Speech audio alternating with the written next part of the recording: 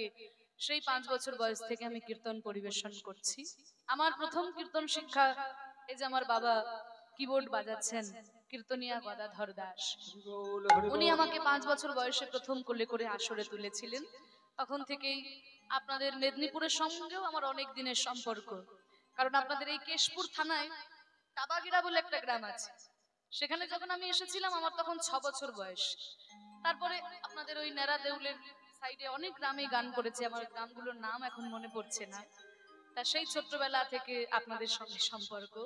সেই সঙ্গে আমি বর্ধমান ইউনিভার্সিটি থেকে ইংরেজি এমএ করেছি, বিএড করেছি, আবার কলকাতা রবীন্দ্রভারতী বিশ্ববিদ্যালয় থেকে এই কীর্তন বিষয় নিয়ে আমি আরেকটা এমএ কমপ্লিট করলাম। আপনারা আশীর্বাদ করবেন যেন হরিনামের সঙ্গে সঙ্গে শিক্ষাও চালিয়ে যেতে পারি, আপনাদের সাধুগুরু বৈষ্ণবের চরণধুলা মাথায় নিয়ে যেন এইভাবেই কীর্তন গাইতে পারি, কীর্তনকে যেন প্রকৃত কীর্তনের ধারাকে যেন বজায় রাখতে পারি, ভগবানের কাছে এই প্রার্থনা। যেটা বলছিলাম, আমি যখন অনার্স করেছিলাম তখন আমাদের মোটামুটি ইংরেজি অনার্স করলে জন মিল্টনের প্যারাডাইস লস্ট এটা পড়তেই হয়। তা সেখানে দেখুন জন মিল্টন বলছেন, mind in its own place in itself can make a heaven of hell a hell of heaven. Mind in its own place মানে মন তার নিজের জায়গায়, ইন ইটসেলফ তার নিজের মধ্যে, can make a heaven of hell মানে নরকের মধ্যেও স্বর্গ তৈরি করে নিতে পারে, আ হেল অফ হেভেন আবার স্বর্গের মধ্যেও নরক তৈরি করে নিতে পারে। মন যদি আপনার শুদ্ধ হয়, আপনি যদি নরকেও বসে থাকেন সেখানেই স্বর্গের অনুভূতি পাবেন, কিন্তু মনই যদি অপবিত্র হয়ে যায়, আপনি যদি স্বর্গেও বসে থাকেন সেখানেই মনের মধ্যে নরক তৈরি হয়ে যায়। তা মনকে নিয়ে আমরা বৃন্দাবনে এসেছি, আস্বাদন করব সেই কৃষ্ণ সুদামার কথা। ভগবান শ্রীকৃষ্ণের প্রিয় সখা শ্রীদাম সুদাম, আমরা বলি না শ্রীদাম সুদাম দাম বসুদাম, এই যে সুদাম, এই সুদামকেই আদর করে সুদামা বলে ডাকতো। তবে পৌরাণিক মত আর গোস্বামীগণের মতের একটু পার্থক্য আছে। পৌরাণিক মতে যিনি সুদাম সখা তিনি পরবর্তীকালে সুদামা বিপ্র, কিন্তু গোস্বামীগণের মতে সুদাম সখা আর সুদামা বিপ্র এনারা দুজন আলাদা মানুষ। তা আমাদের লীলা সাধনের সুবিধার্থে আমরা পৌরাণিক মতটাই গ্রহণ করব। আমরা ধরেই নেব যিনি সুদাম সখা তিনি পরবর্তীকালে সুদামা বিপ্র। তা এই সুদামার বাবার নাম হচ্ছে মটুক মহারাজ আর মায়ের নাম হলো রচনা দেবী। এই রচনা দেবী প্রত্যেক দিন সকাল বেলায় সুন্দর করে সুদামাকে সাজিয়ে দেয় আর সাজিয়ে দিয়ে বলে, ওরে বাবা তুই যেমন আমার ছেলে তেমনি কৃষ্ণও যে আমার ছেলেরই মতো, তাই এমন কোনো খেলা খেলিস না গোচারণে গিয়ে যাতে আমার কৃষ্ণের প্রাণে কোনো ব্যথা হয়।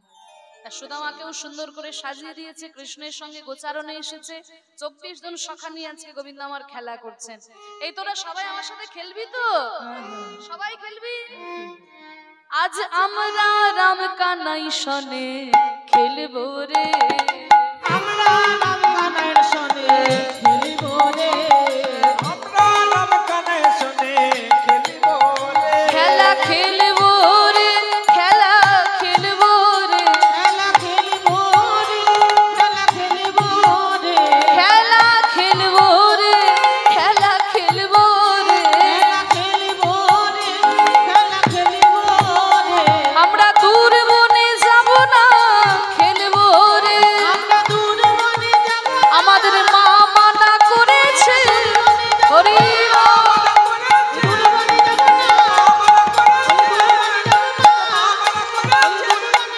খেলা খেলবো রে, খেলা খেলবো রে, আমরা আমরা রাম কানাই সনে খেলবো রে, আমরা রাম কানাই সনে খেলবো রে। এই কানাই খেলা তো হবে, কিন্তু কি খেলা হবে? অনেকক্ষণ ধরে তো ধেনুবৎস এদিক ওদিক চলে গেছে, কিন্তু খেলা কি খেলা হবে? কানাই বলছে, শোন আমি তো আর বলতে পারি না কি খেলা হবে, মাথার উপরে দাদা বলরাম রয়েছে, দাদা বলরাম যা বলবে আজকে গোচারণে আমাদের তাই খেলা হবে। ও দাদা বলরাম, আজ আমাদের গোচারণে কি খেলা হবে গো? আজ কি খেলা হবে? আজ হবে কাঁধে করা কাঁধে চড়া খেলা। বাহ, দাদা বলরাম বলে দিয়েছে খেলা হবে কাঁধে করা আর কাঁধে চড়া। তাহলে কে কাঁধে করবে আর কে কাঁধে চড়বি রে? এই শ্রীরাম তুই কি করবি? আমিও কাঁধে চড়বো। কাঁধে চড়বি? এই সবাই বলছে কাঁধে চড়বো কাঁধে চড়বো। এবার দেখুন কাঁধে চড়ার দলে যদি কেউ নাম লেখাতে পারে, কেউ কি আর কাঁধে করার দলে নাম লেখাবে? কেন শুধু শুধু কষ্ট করতে যাবে? এই শোন, তোরা সবাই যদি বলিস কাঁধে চড়বো, তাহলে কাঁধে করবেটা কি? ওইভাবে বললে হবে না, সাঁতুরি পাততে হবে।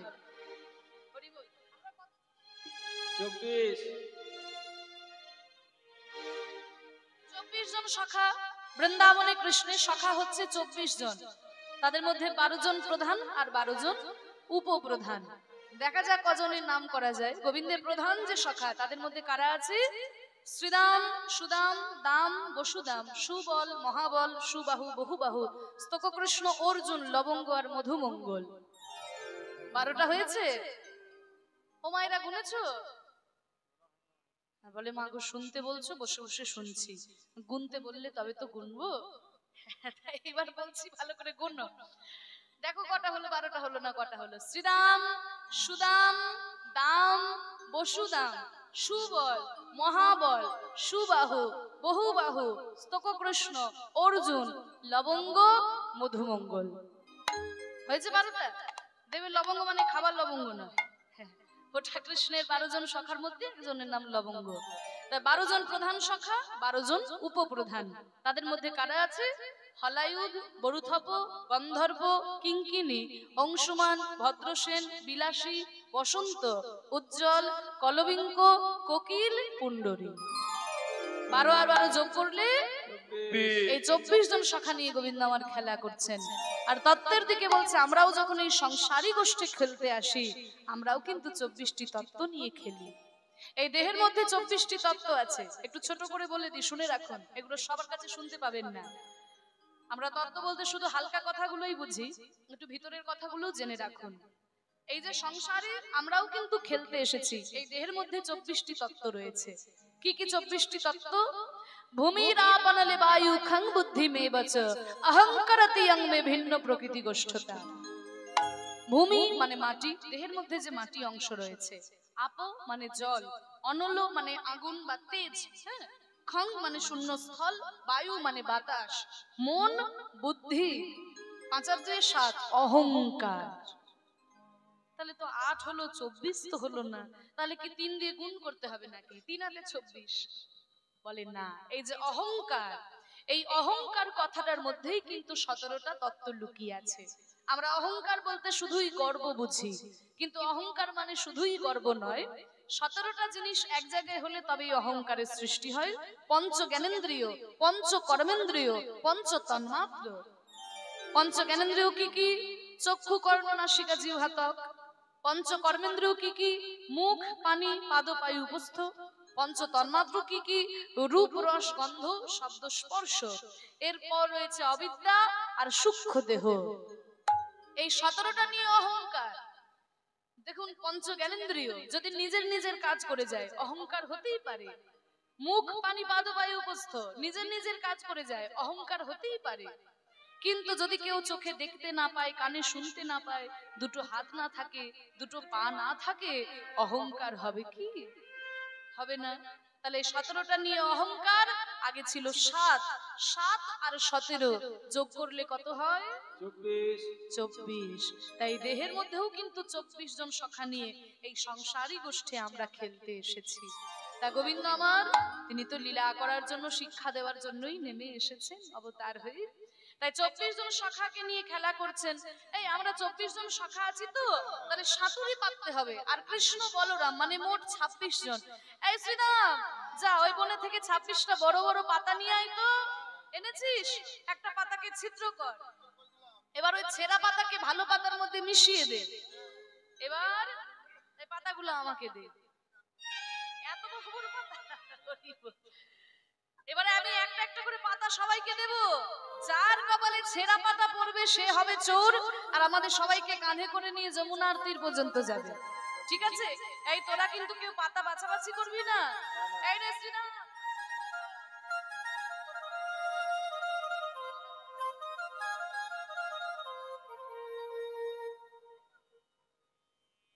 এই শ্রীরাম, তোর পাতাটা কেমন রে? তুই ভালো পাতা পেয়ে গেলি? এই শ্রীরাম, আমার পাতা ভালো। ভালো, আমারও ভালো। সবার পাতা ভালো। এই তোরা সবাই ভালো পাতা পেলি? তা তা সবাই যদি ভালো পাতা পেলি তাহলে ছেঁড়া পাতাটা কে পেল রে? এ কানাই, হ্যাঁ, তোর পাতাটা দেখি। কৃষ্ণ সবার পাতার খোঁজ নিয়ে বেড়াচ্ছে, নিজের পাতার খোঁজ নাই। তা দেখবেন যে সবার ভালো করে তার কিন্তু নিজের ভালো হয় না, যে সবার ভালো করে তার নিজের ভালো হয় না। তাই তাই তোরা আমার পাতা দেখবি, আরে আমি কি আর ছেঁড়া পাতা পেতে পারি? আমিও ভালো পাতা পেয়েছি। এই দেখ, এই কি এই তো আমার কপালে ছেঁড়া পাতা পড়েছে। চোর আমার কপালে ছেঁড়া চোর পাতা। কানাই, চোর। চুপ কর, চোর বলবি না, চোর বলবি না বলে দিলাম। চোরকে চোর বলেছি তো গায়ে ফসকে পড়ে গেছে। চোরের মায়ে আবার বড় গলা। মানে চোরের মায়ের বলো গলা। তুই দিন রাত বৃন্দাবনের ঘর থেকে ননি মাখন চুরি করে খাচ্ছিস, আর এখন তোকে চোর বলেছিস, তোর গায়ে ফসকা পড়েছে? এই, আমি যখন ওই বৃন্দাবনের ঘর থেকে ননি মাখন চুরি করে খাই, ওই চুরি করা ননি মাখন কি আমি একা খাই? না, তোরা সবাই ভাগ করে খাস। মানে চুরি করা নবনী যে খাবে সে চোর। আমি চোর হলে তোরা সবাই চোর। বলে ঠিক আছে কানাই, অত কথায় কাজ নেই, তুই ছেঁড়া পাতা পেয়েছিস, এবার কাঁধে নে। এই সুদামা, আমার কাঁধের উপরে ওঠ। সুদামারে লইয়া কাঁধে ছুটিতে লাগিল। হরি বল। সুদামারে লইয়া কাঁধে ছুটিতে লাগিল গো। সুধা মারে লইয়া কাঁধে ছুটিতে লাগিল। পক্কয়াম্র বৃক্ষ তলে আসিয়া দাঁড়ালো। পক্কয়াম্ব বৃক্ষ তলে আসিয়া দাঁড়ালো। এই কানাই, এত জোরে ছুটিস না ভাই, পড়ে যাবো কানাই। দাঁড়া রে, দাঁড়া রে, দাদা রে, দাদা রে, কানাই দাঁড়া রে, দাঁড়া রে। কানাই দাদা রে, দাদা রে। দেখ দেখ, পাকা পাকা আম ফুলেছে, দাঁড়া রে, দাঁড়া রে। ওই পাকা পাকা আম ফলেছে, কানাই দাদা রে, দাদা রে। দেখ দেখ, বৃন্দাবনের গাছে কেমন পাকা পাকা আম ধরেছে, দেখ। কানাই দাঁড়া, কানাই দাঁড়া। কানাই বলছে, এই সুদামা, তুই পাকা পাকা আম আমাকে দেখাচ্ছিস, একটা আম পেড়ে আমার হাতে দে না। কানাই, এত উঁচুতে গাছের আম তো আমি নাগাল পাবো না ভাই। এই তুই নাগাল কেন পাবি না? তুই তো আমার কাঁধের উপরে উঠেই আছিস। এক কাজ কর, তুই আমার কাঁধের উপরে চেপে দাঁড়িয়ে যা, তাহলে তুই ওই আম গাছে নাগাল পেয়ে যাবি, আর একটা একটা করে পাকা আম পেড়ে তুই আমার হাতে দে। এই বলে কৃষ্ণের কাঁধের উপরে চেপে সুদামা দাঁড়িয়ে গেছে। আর যেই না দাঁড়িয়েছে, আম গাছে নাগাল পেয়েছে, একটা পাকা আম পেড়ে যেই না কানাইয়ের হাতে দিতে যাবে, দিতে গিয়ে মনে মনে ভাবে, এই আম আমার কানাইকে আমি কেমন করে দেব? কেমন করে দেব? কারণ আমি ভালো, আমার কানাই ভালো, কিন্তু আমাদের রাজা কংস তো ভালো নয়। কংস তো ভালো নয়। এই রাজা কংসই আমার কানাইকে মারার জন্য পুতনার বুকে বিষ মিশিয়েছিল। বিষ মিশিয়েছিল। যেই রাজা মাতৃজাতির বুকে বিষ মেশাতে পারে, সে তো আমার কানাইকে মারার জন্য এই আমের মধ্যেও বিষ মিশিয়ে রাখতে পারে। বিষ মিশিয়ে রাখতে পারে। আর এই বিষ মাখায় আম যদি আমার কানাইকে দি, কানাইকে দি, আমার কানাই তো আম খেয়ে মরে যাবে। আর খেয়ে মরে যাবে। আর কানাই মরে গেলে তো আমি আর প্রাণে বাঁচতে পারবো না। প্রাণে বাঁচতে পারবো না। তার থেকে বরং এই আম আমি খেয়ে দেখি আমের মধ্যে বিষ আছে কিনা। বিষ আছে কি না? যদি বিষ থাকে আমি না হয় আম খেয়ে মরে যাব। আমি খেয়ে মরে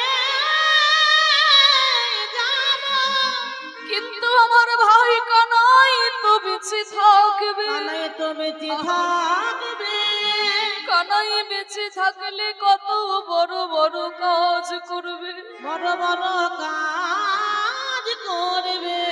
কানাই গিরি গোবর্ধন ধারণ করে বৃন্দাবনকে রক্ষা করেছে, কানাই কালী ও নাগকে দমন করে বৃন্দাবনকে রক্ষা করেছে। আমি যদি মরে যাই কারো কোনো ক্ষতি হবে না, কিন্তু আমার কানাই মরে গেলে যে বৃন্দাবনবাসী আর কেউ প্রাণে বাঁচবে না। তাই এই আম আমি খেয়ে দেখি আমের মধ্যে বিষ আছে কিনা। কত বড় ভক্ত, যদি বিষ থাকে আমি না হয় আম খেয়ে মরে যাব, আমার কানাই তো বেঁচে থাকবে। এই বলে আমটা নিয়ে যেই একবার কামড় দিয়েছে, আহ কত সুন্দর সুস্বাদু আম, তা না হলে কি কৃষ্ণ সেবায় লাগে। এবার আমটা খেয়ে যখন দেখলো যে না আমি তো কই মরলাম না, তাহলে নিশ্চয়ই আমের মধ্যে বিষ নাই। এবার যেই না আনন্দ করে আবার দিতে যাবে, মনে মনে ভাবছে আচ্ছা আচ্ছা হয়তো হয়তো যেদিকটাই আমি কামড় দিলাম এদিকটাই বিষ নাই, আমটার উল্টো দিকে তো বিষ থাকতে পারে। এই বলে আমটা উল্টো দিকে ঘুরিয়ে আর একবার কামড় দিয়েছে। চারিদিকে জিহ্বা দিয়ে লেহন করলো, চারিদিকে জিহ্বা দিয়ে লেহন করে যখন দেখলো যে না আমি তো আম খেয়ে মরলাম না, তাহলে নিশ্চয়ই আমের মধ্যে বিষ নাই। এবার ওই এঁঠো আমটা কানাইয়ের হাতে দিয়ে বলছে, ওরে কানাই রে, আমি আম খেয়ে দেখলাম, জিহ্বা দিয়ে লেহন করে দেখলাম আমের মধ্যে বিষ নাই ভাই, এই নে এবারে আমটা তুই খা। তবে দেখিস ভাই ভালো লাগছে বলে জানো তুই পুরো আমটাই খেয়ে নিস না রে কানাই, ওই আমের একটু আটি অংশ যেন আমার জন্য রাখিস। কেন জানিস? তোর এঁঠো বড় বড় মিঠো লাগে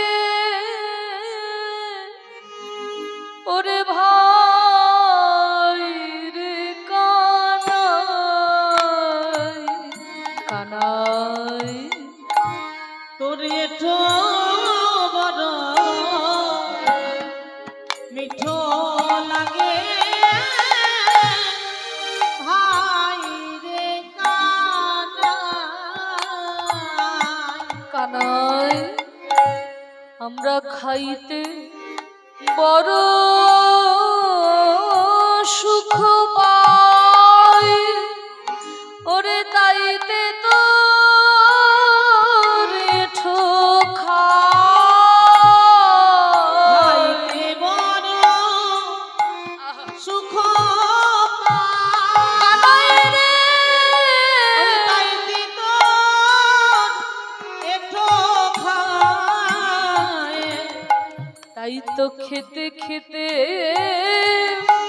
তোর মুখ হতে দিতে হলো ভাই, তোর মুখ হতে দিতে হলো ভাই। ওই এঁঠো বড় মিঠো লাগে ভাই রে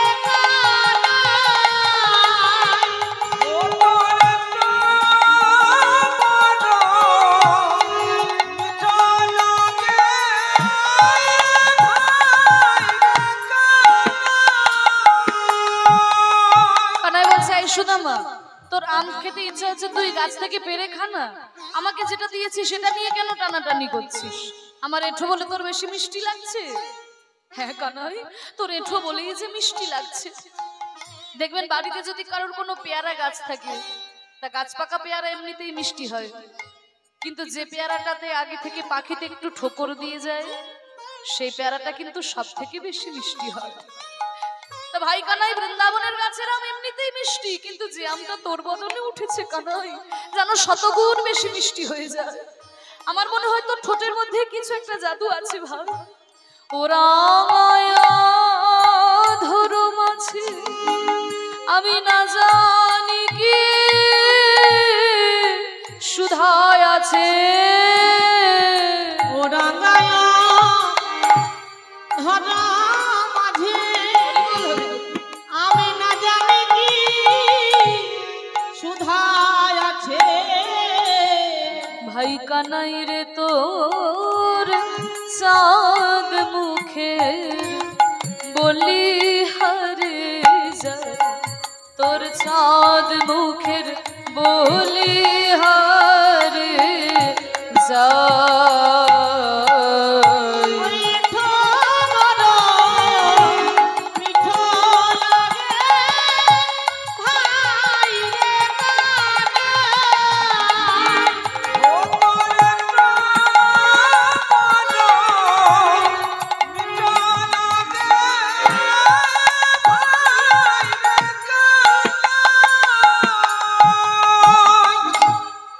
হরি বল। ভগবানকে কেমন করে ভালোবাসতে হয় দেখুন। আমরা তো ভগবানকে ভালোবাসতে পারি না। ভগবানকে ভালোবাসি হাজারটা জিনিস চেয়ে, তারপরে ভগবানকে ডাকি, তাই না? ঠাকুরের কাছে এসে 10 টাকার বাতাসা দিয়ে বলি, ঠাকুর এই আমি তোমাকে বাতাসা দিলাম, আমার ওই একতলা বাড়িটা যেন তাড়াতাড়ি 2 তলা হয়ে যায়, আমার মেয়ের বিয়েটা যেন হয়ে যায়, আমার ছেলের চাকরিটা যেন হয়ে যায়, এই আমি তোমাকে বাতাসা দিলাম। আচ্ছা সত্যি করে বলো তো মা, ভগবান কি তোমার বাতাসার জন্য বসে আছে? তুমি দেবে তারপরে ভগবান পাবে, কিন্তু তবুও ভগবান আমাদের কাছে চায় কেন? আস্বাদন করার জন্য। দেখবেন যদি কোনো বাবা দূরদেশে যায়, ঘরে আসার সময় কিন্তু ছেলেদের জন্য একটু মিষ্টি নিয়ে আসে। একজন বাবা বিদেশে গেছেন, ঘরে আসার সময় ছেলেদের জন্য 1 ভাঁড় মিষ্টি এনেছে। মিষ্টিটাকে এনে গিন্নির হাতে তুলে দিয়েছে, ছেলেদের মায়ের হাতে তুলে দিয়েছে। মা করেছে কিনা 4টি ছেলে একটা একটা করে মিষ্টি 4টি ছেলেকে দিয়েছে। আর ছেলেদেরকে দেওয়ার পরে ছেলেরা যখন মিষ্টিগুলো খায়, তখন বাবা হাত পেতে চায়, ওরে ওরে আমাকে একটু দিবি না, আমাকে একটু দে। আচ্ছা সত্যি করে বলুন তো, বাবা কি খাবার জন্য চায়? বাবার পকেটে তো অনেক টাকা ছিল, মিষ্টি দোকানে বসে একটা কেন 100টা মিষ্টি খেতে পারতো, কিন্তু ছেলের হাতে তুলে দিলাম, তার থেকে ছেলে যদি আমাকে একটু খুঁটে দেয়, বাবার কত আনন্দ হয়। তাহলে 4টা ছেলের মধ্যে একটা ছেলে করে কিনা বাবাকে একটু নখে করে খুঁটে দেয়, এই দেখো বাবা তোমায় দিলাম। আর ওইটুকু মিষ্টি খেয়ে বাবার আনন্দে প্রাণটা ভরে যায়, আহা ওই মিষ্টির এত স্বাদ আমার আগে তো জানা ছিল না। আবার কোন ছেলে করে কি না, মিষ্টিটাকে অর্ধেক অর্ধেক করে ভেঙে বাবাকে দেয়, বাবা তুমি খাও। আবার কোন ছেলে গোটা মিষ্টিটাই বাবার মুখে গুঁজে দেয়, বাবা তুমি খাও, আরো অনেক মিষ্টি আছে আমি পরে খাবো, বাবা তুমি খাও। আবার কোন ছেলে করে কি না, ওই মিষ্টিটাকে মাটিতে ছুঁড়ে ফেলে দেয়, তবু বাবাকে দিতে মন হয় না। যিনি আমাদের বিশ্ব ব্রহ্মাণ্ডের মালিক, আমাদের সকল কিছু দান করে আজকে কলিযুগে হাত তুলে দাঁড়িয়ে আছেন, ওগো কলিজীব আমি যে তোমাদের এত কিছু দিলাম, তোমরা আমাকে কিছু দেবে না। ভগবান আমাদের কাছে টাকা পয়সা ধন সম্পত্তি চায় না। ভগবান হচ্ছে ভক্তির কাঙাল, ভগবান ভালোবাসার কাঙাল, কিন্তু এই ভক্তিটুকুই আমরা ভগবানকে দিতে পারি না। ভগবানের কাছে সে শুধু দাও দাও, মন প্রাণ দিয়ে তাকে ভালোবাসতে পারি না। ভগবান অর্থ সম্পত্তি তার দরকার নেই, আমাদের কাছে যেটা চাই সেটা হচ্ছে প্রেম, ভক্তি, ভালোবাসা। বাহ্যিক আড়ম্বরে আমরা ভগবানকে ডাকি, কিন্তু আমরা মন প্রাণ দিয়ে ভগবানকে ডাকতে পারি না। সুদামা সখ্য রসের ভক্ত, এই সখ্য রস দ্বারা ভগবানকে লাভ করা যায়। ভগবান আমার বন্ধু, আমি তার সখা, আমিও তার বন্ধু, এইভাবে ভগবানকে লাভ করা যায়। সখ্য রসের পরম ভক্ত হচ্ছে এই সুদামা ঠাকুর। ভগবানকে কেমন করে ভালোবাসতে হয় এদের কথা না শুনলে তো আমরা বুঝতে পারি না মা গো। হরি বল। ভক্ত অনেক রকমের হয়, শুধুমাত্র ভক্ত বাইরে থেকে দেখতে ভক্তের মতো হলে হবে না, ভক্তি হৃদয়ের মধ্যে থাকা দরকার। অনেকে আছে বাইরে থেকে ভক্তের মতো দেখতে, কিন্তু হৃদয়ে ভক্তি নাই। বাড়িতে সেবা হচ্ছে, ভগবানের সেবা দেয়, গোপালের সেবা দেয়, বাড়িতে গোপালের জন্য দামি দামি মন্ডা মিঠাই আসে, কিন্তু বাবা মাকে খেতে দেয় না। এরকম ভক্ত অনেক আছে। বলছে শোনো বাবা, ভক্তির আলোতে আর জ্ঞানের আলোতে যদি হৃদয়টা আলোকিত না হয়, তাহলে শুধু সেই জ্ঞান নিয়ে কোনো লাভ আছে? তুমি ভক্ত হয়েছো, রামকৃষ্ণদেব বলেছেন যে বাবা মাকে প্রণাম না করে ঠাকুরের চরণে যতই মাথা ঠোকো, তুমি মাথা ঠুকবে আর ভগবান তোমাকে ঠুকরে দেবে। তিনি তো খুব সহজ করে বোঝাতেন যে ওরে বাবা মাকে প্রণাম না করে ঠাকুরের চরণে যতই মাথা ঠোক পুজোর নামে তো ছাই হবে। হরি বল। আমাদের মহাপ্রভু তো একই কথা বলেছেন। ওই যে রঘুনাথ ভট্ট মহাপ্রভুর কাছে গেছিল বৈরাগ্য চাইতে। মহাপ্রভু বলল, ওরে রঘুনাথ, তোর এখনো জ্ঞানের উদয় হয় নাই, আগে তুই ভালো করে বাবা মায়ের সেবা কর। বাবা মায়ের সেবা করতে করতে বাবা মা যেদিন বিদায় নেবে সেদিন তুই বৈরাগ্য নিবি। আমার মহাপ্রভু পর্যন্ত শুধু মায়ের ইচ্ছা পালন করার জন্য নীলাচলে থেকে গেছিলেন সারা জীবন। তাই পিতামাতা আমাদের জীবনের প্রথম গুরু। একটু পরেই আমি আপনাদের ব্যাখ্যা করছি এগুলো। তাই ভক্তিটা হৃদয় থেকে করতে হবে। ভগবানের ভক্তি করার আগে আমাদের যিনি গুরু পিতা মাতা তাদের আগে আমাদের প্রণাম করা অবশ্যই উচিত। তাই ভগবান ভালোবাসতে হয় কেমন করে, ভক্তদের না দেখলে পরে আমরা বুঝতে পারি না। লীলা করার জন্য তিনি নেমে এসেছেন বৃন্দাবনে। বৃন্দাবনে লীলা করেছেন, সে তো কিছুদিনের লীলা মাগো, কিন্তু ভগবানের লীলার চিরস্থায়ী জায়গা কোথায়? বৃন্দাবনের সখাদের সঙ্গে নিয়ে 24 জন সখা নিয়ে খেলা করেছে, আমরা দেখতেই পাই, লীলার মধ্যে আস্বাদন করি। কিন্তু ভগবানের চিরস্থায়ী জায়গা কোথায়? ওই যে নজরুল ইসলাম বলেছেন না, কি বাবা একটু গাইবো নাকি? খেলিছ এ বিশ্বলয়ে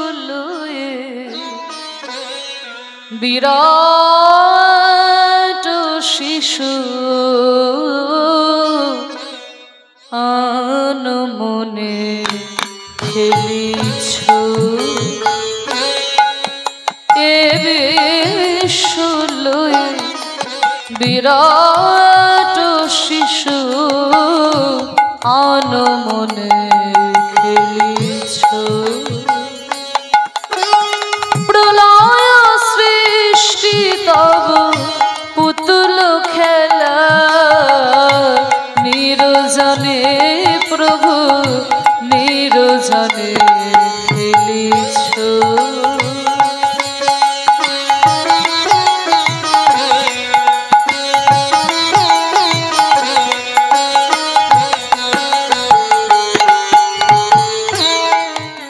খেলিছ বিশ্বলয়ে বিশ্ব ব্রহ্মাণ্ড নিয়ে তুমি খেলা করছো।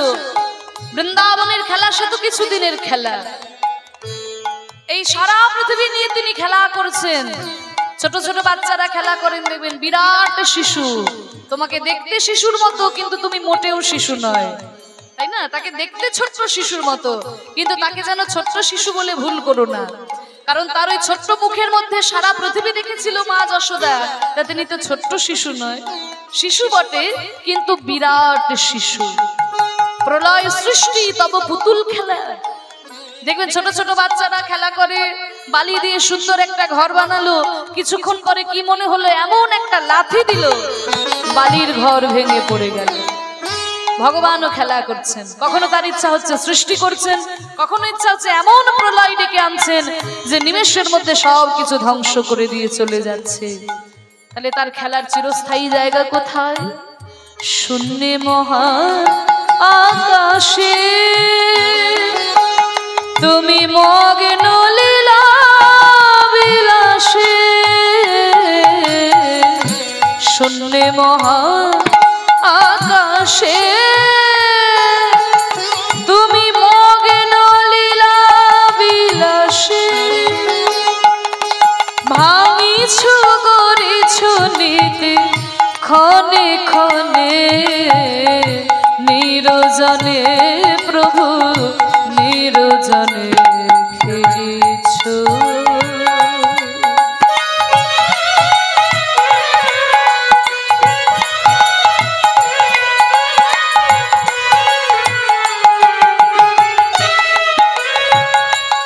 তাহলে শূন্যে মহা আকাশে বসে তিনি খেলা করছেন। তাহলে ভগবানের খেলার বিষয়বস্তু কি? ভগবানের খেলনা কোনগুলো? ভগবানের খেলনা তারকার বিশ্বসী খেলনা তব হে উদাসী, পরিয়ায় আছে রাঙা পায়ের কাছে রাশি রাশি। তারকার অবিশ্বাসী খেলনা তব, দেখবেন ছোট ছোট বাচ্চারা খেলা করে না, লাট্টু চরকা বল, কি গো বাচ্চারা এখন আর বাচ্চারা কেউ লাট্টু চরকা নিয়ে খেলে না, সব মোবাইল নিয়ে খেলা করে, তাই না? মোবাইলের মধ্যে নানান রকম গেম, তারা ওই নিয়েই পড়ে থাকে সারাদিন। মোবাইলের মধ্যে একদম মুখ গুজে বসে থাকে। এখন এমন দিন এসেছে, আর কি করা যাবে? আবার হয়তো এমন দিন আসবে যে মোবাইল ছেড়ে দিয়ে আবার বাচ্চা ব্যাট বল লাট্টু চরকা নিয়েই খেলবে। তা আমরা তো ছোটবেলায় খেলেছি, কি গো, লাট্টুকে ঘুরিয়ে দেওয়া হয়, কিছুক্ষণ পরে লাট্টু থেমে যায়।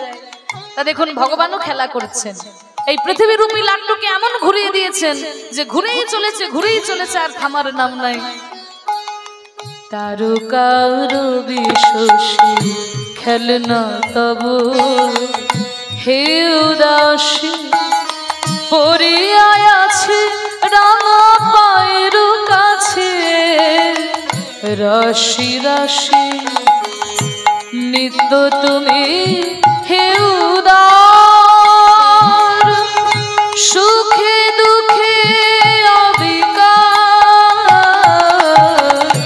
নিত্য তুমি হে উদার, সুখে দুঃখে অবিকার, হাসিছ খেলেছ তুমি আপন শনে, নিরজনে প্রভু নিরজনে খেলিছ, এ বিরাট শিশু আনমনে খেলিছ, খেলিছ, খেলিছ, খেলিছ, এ বিশ্বলয়ে বিরাট শিশু আনমনে খেলিছ। নিতাই গৌর প্রেমানন্দে হরি বল, হরি বল। তা বিশ্ব ব্রহ্মাণ্ড নিয়ে তিনি খেলা করছেন, তার খেলা আমরা কি করে বুঝবো? তা বৃন্দাবনে কিছুদিন খেলা করলেন সুদামার সঙ্গে। তা এই যে সুদামার সঙ্গে মাঠে মাঠে এত আনন্দ করে খেলা করা, কারণ এই সুদামা কে ছিল পূর্বজন্মে একটু জানতে হবে। পূর্বজন্মের বড় সুকৃতি না থাকলে পরে তো আর গোবিন্দ চরণ লাভ করা যায় না। তাহলে এই সুদামা পূর্বজন্মে কে ছিল আমাদের একটু জেনে নিতে হবে। হরি বল।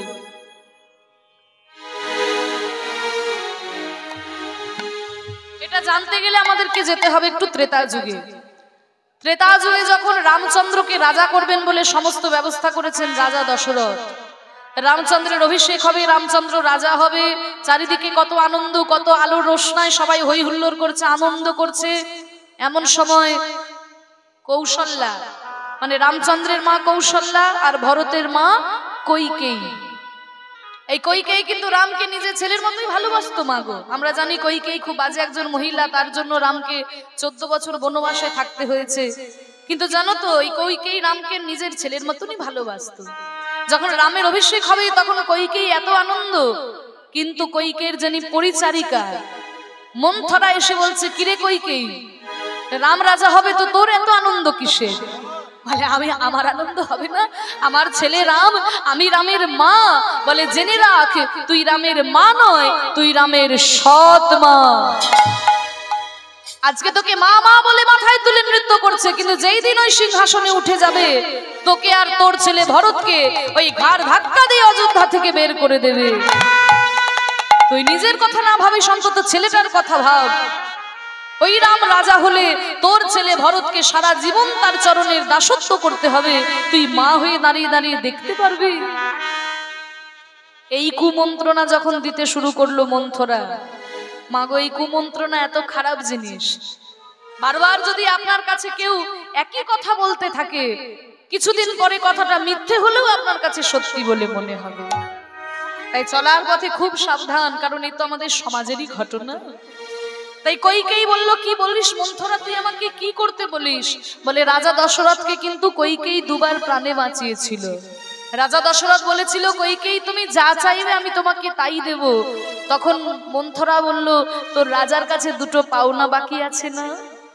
রাজা তোকে বলেছিল তুই যা চাইবি রাজা তোকে তাই দেবে। তুই রাজা দশরথের কাছে চেয়ে নে, ওই রামচন্দ্রকে যেন রাজা দশরথ 14 বছরের জন্য বনবাসে পাঠিয়ে দেয়, আর তোর ছেলে ভরতকে যেন সিংহাসনে রাজা করে, তুই চেয়ে নে। আর কইকেই কোনো আগে পরে চিন্তা ভাবনা না করে অন্ধকার ঘর করে বসে রইলেন। রাজা দশরথ এসে বলল, কইকেই সবাই এত আনন্দ করছে, চারিদিকে এত হই হুল্লোড়, আনন্দকাল আমার রাম রাজা হবে, আর তুমি ঘর অন্ধকার করে বসে কি করছো? কইকেই বলল, স্বামী স্বামী আপনার মনে আছে আমি আপনাকে দুইবার প্রাণী বাঁচিয়েছিলাম? আপনি আমায় বলেছিলেন আমি যা চাইবো আপনি আমাকে তাই দেবেন। হ্যাঁ বলেছিলাম কইকেই, তবে আজকে সেই পাওনা গন্ডা মেটানোর দিন এসেছে মহারাজ। আপনি আমার পাওনা গন্ডা মিটিয়ে দিন আর আমি কোনো কথা বলবো না। কইকেই, কাল আমার রামের অভিষেক হবে, কত কাজ পড়ে রয়েছে, আর আজকে তুমি আমার কাছে কি চাইছো?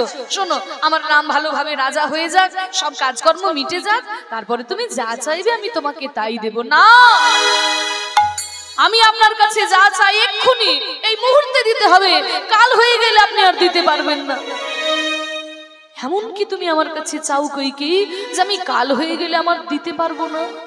আপনি ক্ষত্রিয়ের সন্তান, যদি কাউকে কোনো কথা দেন সেই কথা আপনি রাখেন। আপনি যদি ঘরে কথা রাখতে না পারেন তবে আপনি বাইরে কি কথা রাখবেন মহারাজ? শোনো কইকেই, আমি ক্ষত্রিয়ের সন্তান, কাউকে যদি কোনো কথা দিই সেই কথা আমি রাখি। বলো বলো তুমি কি চাও? তুমি যা চাইবে আমি তোমাকে তাই দেব। কইকেই বলল, মহারাজ আমার প্রথম চাওয়া ওই রামচন্দ্রকে আপনি 14 বছরের জন্য বনবাসে পাঠিয়ে দিন।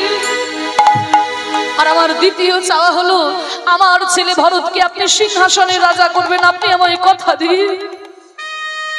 কইকেই কইকেই, তোমার মুখে কথা শোনার আগে আমার মরণ কেন হলো না? কইকেই, আমার ছেলে রাম কালকে তার অভিষেক হবে, আর আজকে তুমি আমার কাছে চাইছো সেই ছেলেকে আমি 14 বছরের জন্য বনবাসে পাঠিয়ে দেব।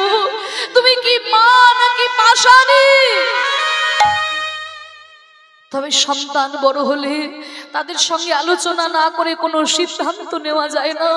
আমার রাম এখন বড় হয়েছে, তার সঙ্গে আলোচনা না করে আমি তার ব্যাপারে কোনো সিদ্ধান্ত নিতে পারি না।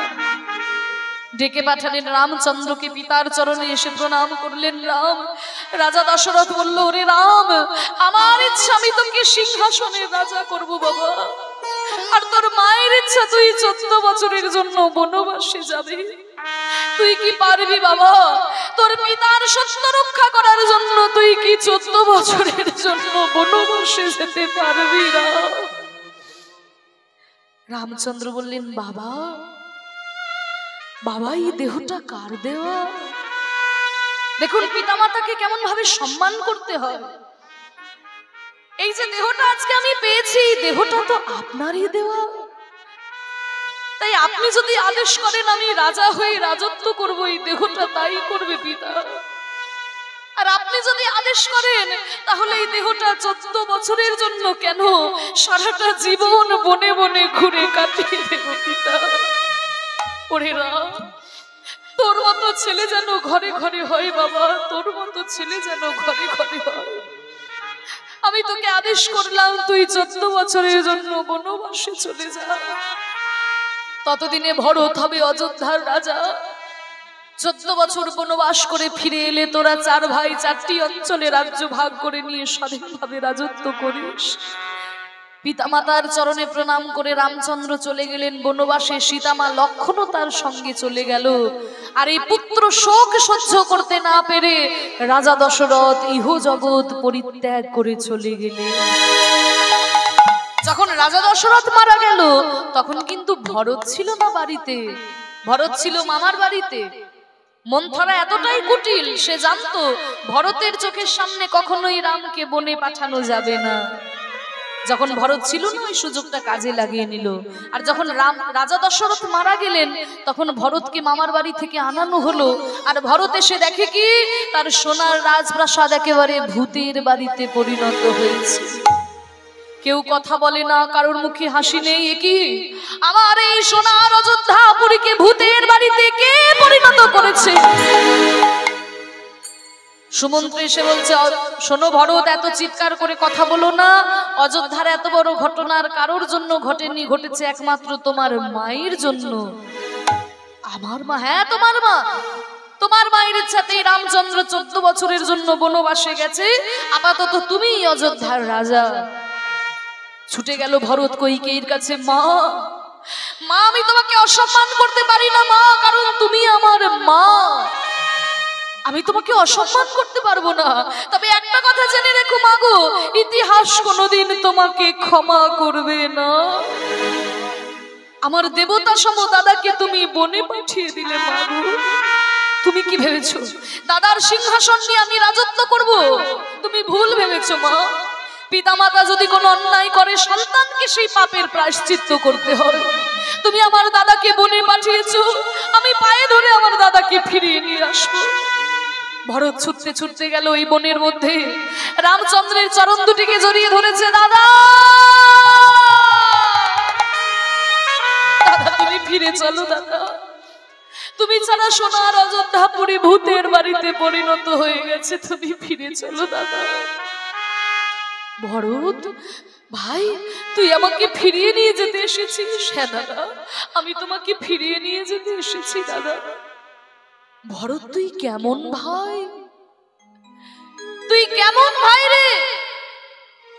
দাদা যদি সম্পত্তি ছেড়ে চলে যায়, আমাদেরই জগতে কোন দাদা যদি সম্পত্তি ছেড়ে চলে যায়, ভাইদের মনে বড় আনন্দ হয়, বেশ হয়েছে গেছে, এখন সমস্ত সম্পত্তির ভোগ দখল আমি একাই করব, তাই না?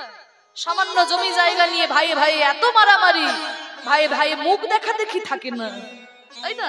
সামান্য এক কাটা দু কাটা জমির জন্য নিজের ভাইকেই নিজের ভাই কোপাতে যায়, তাই না? তাই রামচন্দ্র বলছে, ভরত তুই কেমন ভাই, আমি সবকিছু ছেড়ে চলে এলাম আর তুই আমাকে ফিরিয়ে নিয়ে যেতে এসেছিস। ভরত ওই রাজত্ব নিয়ে তুই রাজত্ব না করে আমাকে ফিরিয়ে নিয়ে যেতে এসেছিস। ওরে ভরত তোর মতো ভাই যেন ঘরে ঘরে হয় রে ভরত, তোর মতো ভাই যেন ঘরে ঘরে হয়।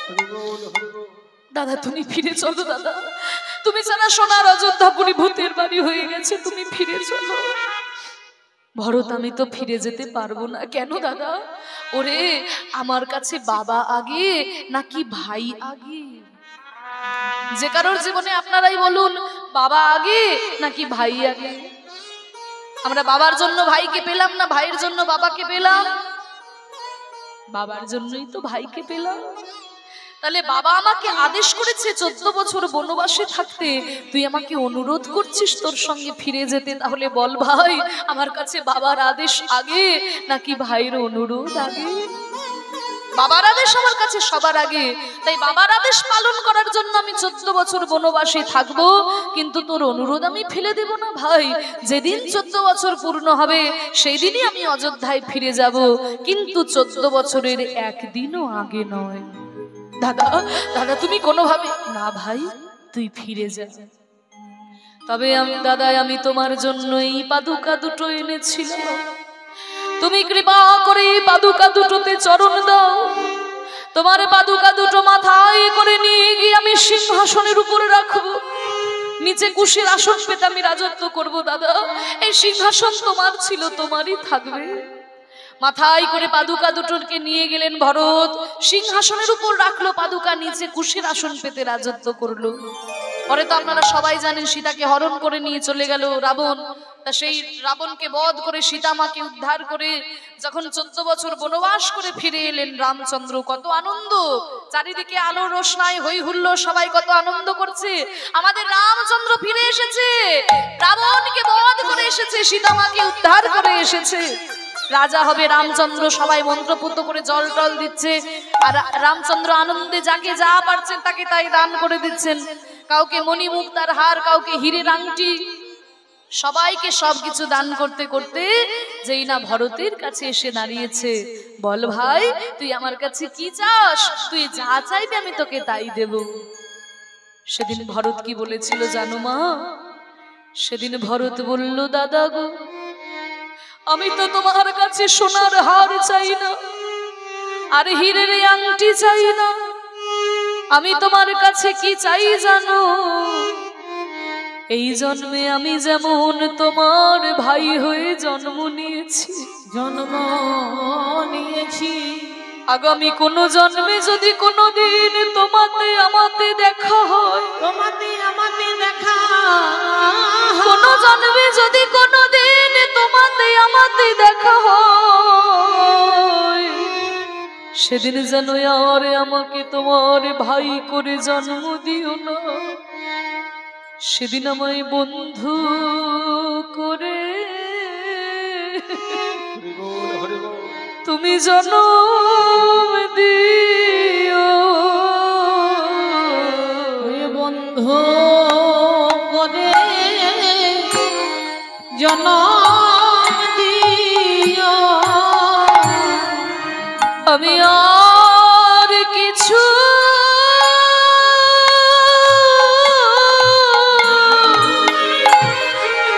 না চাই না দাদা,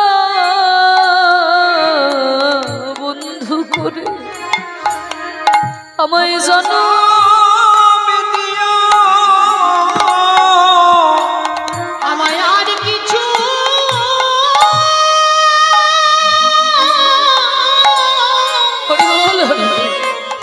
আমি আর কিছু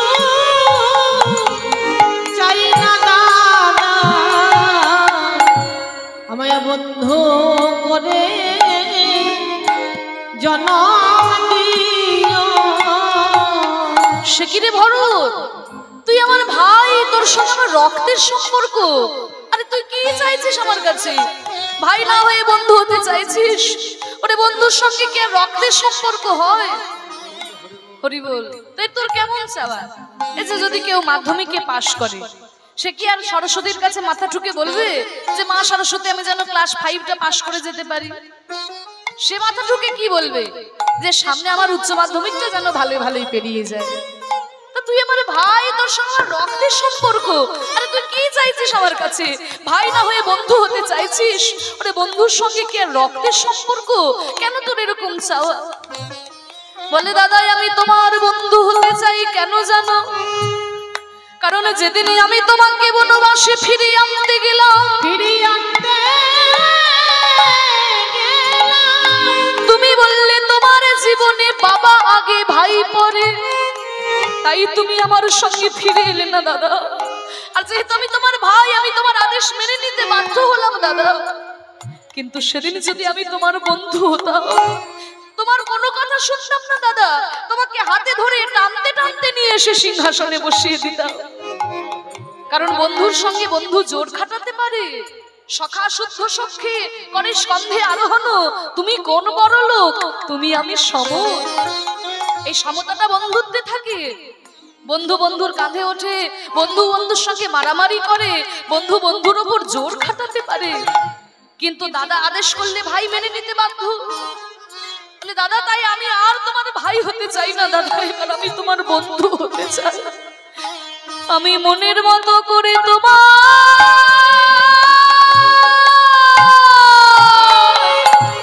তোমার সেবা করব, আমায় বন্ধু করে জনম দিও।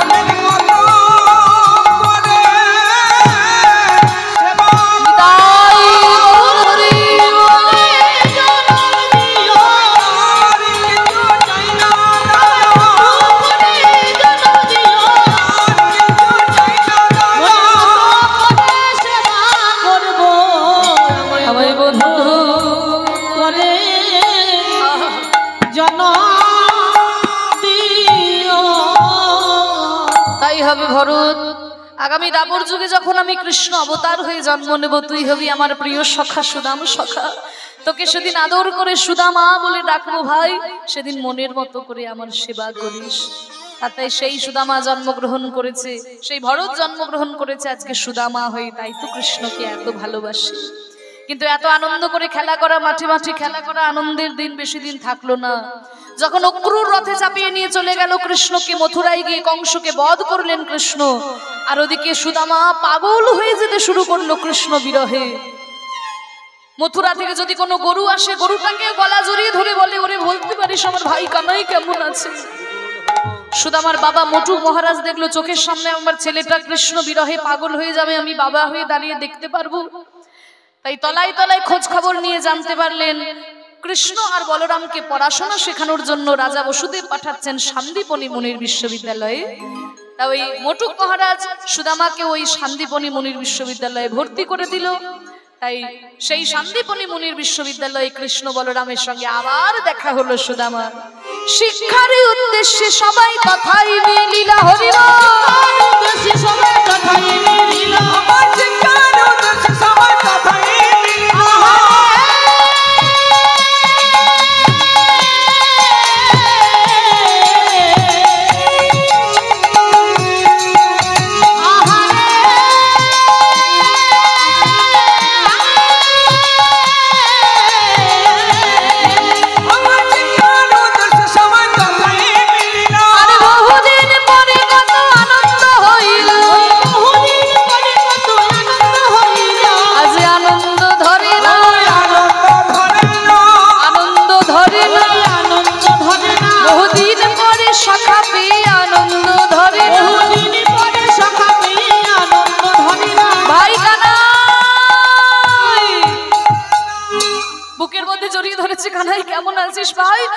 দেখতে না পেয়ে আমার একটু ভালো লাগতো না, সবার কাছে তোর খবর নিয়েছি, তুই ভালো আছিস তো?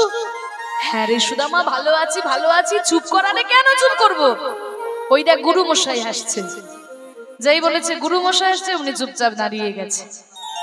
শান্তিপনি মুনি বলল, শোনো আমার বিদ্যালয়ে আমি সবাইকে স্বাগতম জানাই, সবাইকে শিক্ষা দান করব, সবার সঙ্গে পরিচয়টা সেরে নি। সবার বড় কে তোমাদের মধ্যে? দাদা বলরাম বলছে আমি সবার বড়। তোমার নাম কি? আমার নাম বলরাম। তা কি বিদ্যা তুমি লাভ করতে চাও? না আপনার বিদ্যালয়ে আমি ধনুর বিদ্যা লাভ করতেছি। দাদা বলরাম একটু তোতলা মতো ছিল।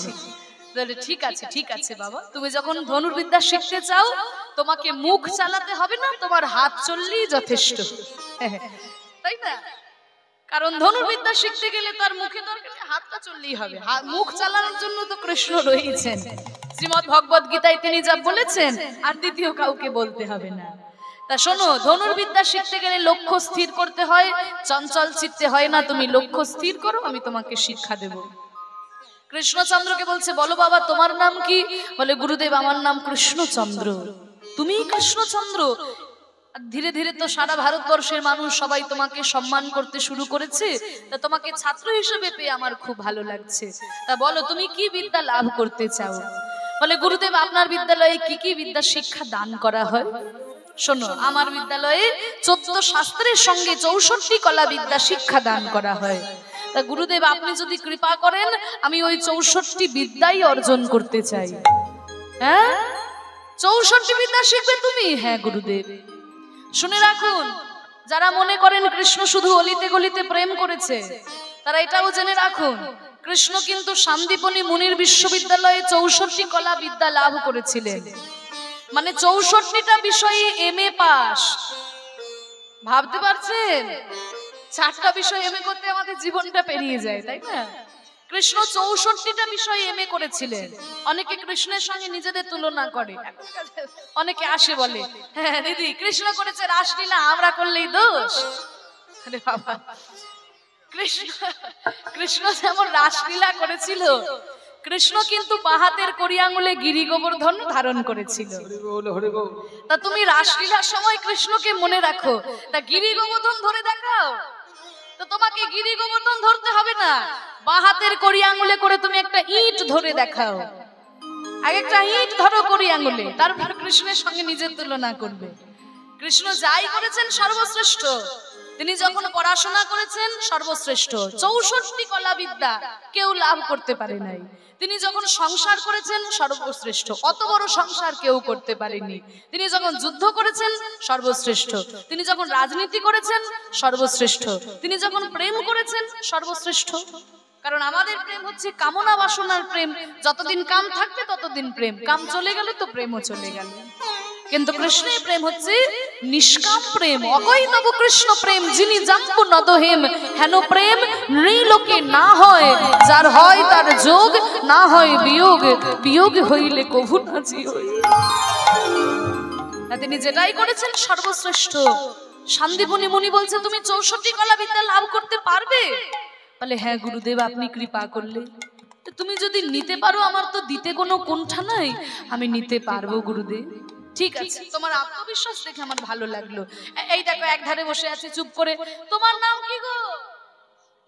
আমার নাম সুদামা। বাহ, তা তুমি কি বিদ্যা লাভ করতে চাও? বলে গুরুদেব আমি বেদ বিদ্যা অধ্যয়ন করতে চাই। শোনো, বেদ হচ্ছে স্বয়ং ভগবান, মিথ্যে বললে কিন্তু আর হৃদয়ে থাকে না, তোমাকে সত্যবাদী হতে হবে। তুমি আমার পা ছুঁয়ে প্রতিজ্ঞা করে বলো জীবনে কোনোদিন মিথ্যে কথা বলবে না। সুদামা গুরুদেবের পা ছুঁয়ে প্রতিজ্ঞা করে বলল জীবনে কোনোদিন মিথ্যে বলবে না। শিক্ষা গ্রহণ শুরু হলো। একদিনকে বলল শোনো, তোমাদের গুরুমা সুমুখী দেবী বলছিল জ্বালানির কাঠ নাকি ফুরিয়ে গেছে, তা তোমরা যদি কেউ গিয়ে একটু জ্বালানির কাঠ নিয়ে আসতে। কৃষ্ণ বলছে হ্যাঁ হ্যাঁ গুরুদেব এক্ষুনি যাচ্ছে। এই সুদামা চল আমরা গিয়ে জ্বালানির কাঠ নিয়ে আসি। সুদামাকে সঙ্গে নিয়ে জ্বালানির কাঠ সংগ্রহ করার জন্য যেই না বনের মধ্যে প্রবেশ করেছে, আর ওই কাঠ সংগ্রহ করতে করতে হঠাৎ শুরু হয়ে গেল তীব্র ঝড় বৃষ্টি। হেন কালে হইল তথা ঝড় ভয়ঙ্কর, ঝড় ভয়ঙ্কর। চারিদিকে ঘন কালো অন্ধকার মেঘে ছেয়ে গেল। কৃষ্ণ সুদামা কেউ কাউকে দেখতে পাচ্ছে না, প্রচন্ড ঘন ঘন বজ্র বিদ্যুৎ পাত। কৃষ্ণ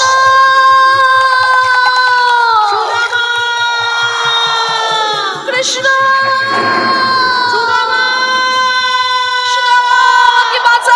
সুদামা আমাকে বাঁচা। ওই দেখ ঝড়ের মধ্যে গাছের ডাল ভেঙে পড়ছে, সুদামা আমাকে বাঁচা।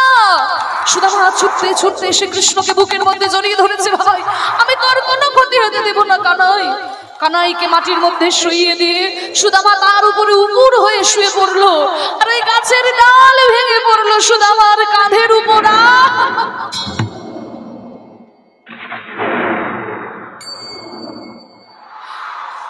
আমার গায়ে ব্যথা লাগে, লাগুক কানাই, আমি তোকে বাঁচাবো কানাই, আমি তোকে বাঁচাবো। সারা রাত্রি বুকে করে আগলে রেখেছে সুদামা। আমি একটু আগে বললাম কৃষ্ণ বাঁ হাতের কড়ি আঙুলে করে গিরি গোবর্ধন ধারণ করেছিলেন। তা যেই কৃষ্ণ বাঁ হাতের কড়ি আঙুলে গিরি গোবর্ধন ধরেছিলেন, সেই কৃষ্ণ কি পারতেন না গাছের ডালকে নিজের হাতে আটকে দিতে? আজকে সুদামাকে বলছে সুদামা তুই আমাকে বাঁচা, আমার গায়ে গাছের ডাল ভেঙে পড়ছে। আসলে কি জানেন তো বাবা, ভক্তের কাছে ভগবান কখনোই নিজের শক্তি প্রদর্শন করে না। মা যশোদার কি ক্ষমতা আছে গোপালকে দড়ি দিয়ে বেঁধে রাখার? কিন্তু মায়ের হাতে বাধা পড়ে থাকে কেন? মায়ের ওই প্রেমকে আস্বাদন করার জন্য। সুদামার কাছে কিন্তু কৃষ্ণ ভগবান নয়, তার প্রাণের সখা। সারা রাত্রে বুকে করে যখন আগলে রেখেছে, সুদামা কাঁদছে, কৃষ্ণকে জড়িয়ে ধরে ভাই আমি তোর কোনো ক্ষতি হতে দেব না ভাই। আর ওদিকে কৃষ্ণ মুচকি মুচকি হাসছে। যেই না সকাল হয়েছে, শান্তিপুনি মুনি ছুটে এসে দেখে একটা ঢিপির মধ্যে কৃষ্ণ সুদামা দাঁড়িয়ে, বুকের মধ্যে জড়িয়ে ধরেছে। বাবা তোমাদেরকে জঙ্গলে কাঠ আনতে পাঠিয়ে সারা রাত্রি আমার ঘুম নেই, তোমরা ঠিক আছো তো বাবা? কৃষ্ণ বলছে হ্যাঁ গুরুদেব আমরা ঠিক আছি। জানেন তো এই সুদামা আমার কোনো ক্ষতি হতে দেয়নি। ঝড়ের মধ্যে ওর গাছের ডাল ওর গায়ে ভেঙে পড়েছে, পাথর পড়েছে ওর গায়ে, কিন্তু আমার গায়ে কোনো ক্ষতি হতে দেয়নি জানেন? শোনো কৃষ্ণ, এই সুদামাই হচ্ছে তোমার সত্যিকারের বন্ধু। প্রকৃত বন্ধু কাকে বলে জানো? বিপদের সময় যে পাশে দাঁড়িয়ে থাকে সেই তো প্রকৃত বন্ধু। আমরা সুখের সময়ে অনেককে পাশে পাই বাবা, বিপদের সময় পাই না। যে বিপদের সময় শক্ত হাতে দাঁড়িয়ে থাকে সেই হচ্ছে আপনার সত্যিকারের বন্ধু। আর যে বিপদের সময় আপনাকে সাহায্য করে ওই রকম বন্ধুকে কোনোদিন ভুলে যেতে নাই। তাই এই সুদামা তোমাকে যখন বিপদে তোমার পাশে থেকেছে, এই সুদামাকে তুমি যেন ভুলো না কৃষ্ণ, এই সুদামাকে তুমি ছেড়ো না। অনেকগুলো বছর কেটে গেল, গুরুচরণের শিক্ষা সম্পন্ন হলো, সবার মাথায় পাগড়ি পরিয়ে দিল। মানে এখন যেমন সার্টিফিকেট দেওয়া হয় তখন পাগড়ি পরিয়ে দেওয়া হতো, এক একটা বিষয়ের এক একটা পাগড়ি। তা কৃষ্ণের জন্য সব থেকে বড় পাগড়ি এলো, কারণ 64 বিদ্যা কেউ লাভ করতে পারেন না, কৃষ্ণ অর্জন করেছে। তাই সবাই গুরুচরণে প্রণাম করে কৃষ্ণ বলরাম চলে গেল মথুরায়, আর ওদিকে সুদামাও এসেছে বৃন্দাবনে। ফিরে যখন এসেছে, সুদামার বাবা মোটু মহারাজের আর আনন্দ ধরে না। শোনো শোনো, আরে আমার ছেলে সুদামা গো, জানো কৃষ্ণ বলরামের সঙ্গে পড়াশোনা করেছে। সারা ভারতবর্ষে সব থেকে বড় বিশ্ববিদ্যালয় শান্তিপুনি মুনির বিশ্ববিদ্যালয় থেকে পড়াশোনা শিখেছে আমার ছেলে। জানো বেদ বিদ্যার পণ্ডিত হয়েছে গো, পণ্ডিত হয়েছে। কি সুন্দর একটা পাগড়ি পেয়েছে। তা ছেলে যখন আমার পড়াশোনা শিখে যোগ্য হয়েছে, তাই ছেলের জন্য যদি একটু বিবাহের ব্যবস্থা করতে পারতাম ভালো হতো। ঘটক মশাই, কোনো পাত্রী সন্ধান আছে নাকি? পাত্রী আছে। আপনাদেরও যদি কারোর প্রয়োজন হয় যোগাযোগ করতে পারেন। না আমি সত্যি সত্যি বলছি, ভালো ঘটক। তা শোনো, পাত্রীর নাম কি গো? পাত্রীর নাম সুশীলা। সুশীলা? বাহ, নামটা শুনেই তো বড় ভালো লাগলো। আহা, সুশীলা নামেতে কন্যা রূপে গুণে সম। সুশীলা নামেতে কন্যা রূপে গুণে সম। বিধি করেছিল তারে পরনের উপম। বিধি করেছিল তারে পরনের উপম। আমায় বিধি করেছিল তারে পরনের মিল। বিধি করেছিল তারে পরনের উপম। ওমা সুশীলা, সুশীলা তো তৈরি। ও সুদামা ঠাকুর, আরে আজ তোমার বিয়ে, তুমি বসে বসে কি করছো? যার বিয়ে তার হুঁশ নেই আর পাড়া প্রতিবেশীর ঘুম নেই। বরযাত্রীরা সব চলে এসেছে আর বরের আর পাত্তা নেই। এসো। ওই দেখো, আরে বিয়ে বাড়িতে এসেছে, একটু উলুধ্বনি দাও। হ্যাঁ, মালা বদল হবে। প্রথমে শুভ দৃষ্টি, শুভ দৃষ্টি।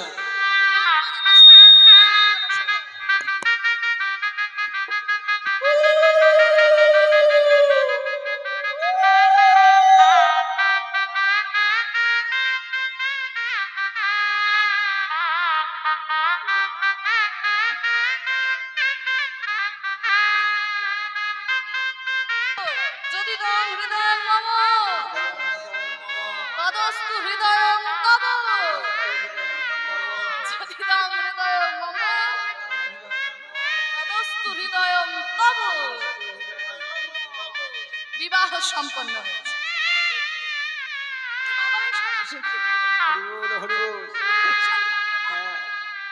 সঙ্গে সঙ্গে প্রণাম করেছে সংস্কারী বউ।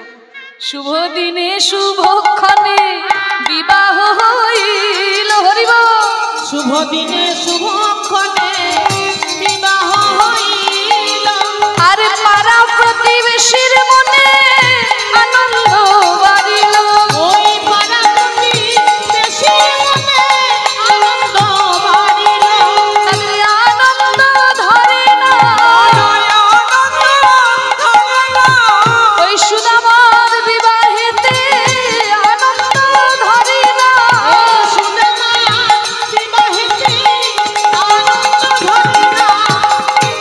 ধুমধাম করে সুদামার সঙ্গে সুশীলার শুভ বিবাহ সম্পন্ন হলো। একেবারে রাজ্যটুক হয়ে গেল। কারণ সুশীলা শিব ঠাকুরের মাথায় জল ঢেলে বলেছিল, আমার স্বামী বড়লোক না হোক, স্বামী যেন আমার সত্যবাদী হয়। আর ওদিকে সুদামা ঠাকুরও গুরু চরণে প্রণাম করে বলেছিল, জীবনে কোনোদিন মিথ্যে কথা বলবে না। তাই সুদামার সুশীলার একেবারে রাজ্যটুক হয়ে গেল, সুখের সংসার। কিন্তু মাগো, সুখের দিন তো বেশি দিন থাকে না। সুখমাপতিত সেব্যাং দুঃখমাপতিতং তথা চক্রবাত পরিবর্তন্তে সুখানি চ দুঃখানি চ। সুখ দুঃখ দুটি ভাই কখনো একসঙ্গে থাকতে পারে না। সুখ থাকলে দুঃখ থাকে না, দুঃখ থাকলে সুখ থাকে না। সুদামার সুখের সংসার, কিন্তু কিছুদিনের মধ্যেই বাবা মা দুজনে ইহজগৎ পরিত্যাগ করে চলে গেল। সংসারের মাথার উপর থেকে যখন বাবা মা চলে যায়, সন্তানেরা বুঝতে পারে সংসারের চাপ কাকে বলে। সহজ সরল সুদামা ঠাকুর জীবনে কোনোদিন মিথ্যে কথা বলে না। আর মাগো, আমাদের এই সমাজটা এমন যে পদে পদে মিথ্যে না বললে যে টিকে থাকা যায় না। ওই সহজ সরল সুদামা ঠাকুরের কাছে সবাই আস্তে আস্তে একে একে পৈতৃক সম্পত্তি সব হাতিয়ে নিতে শুরু করলো।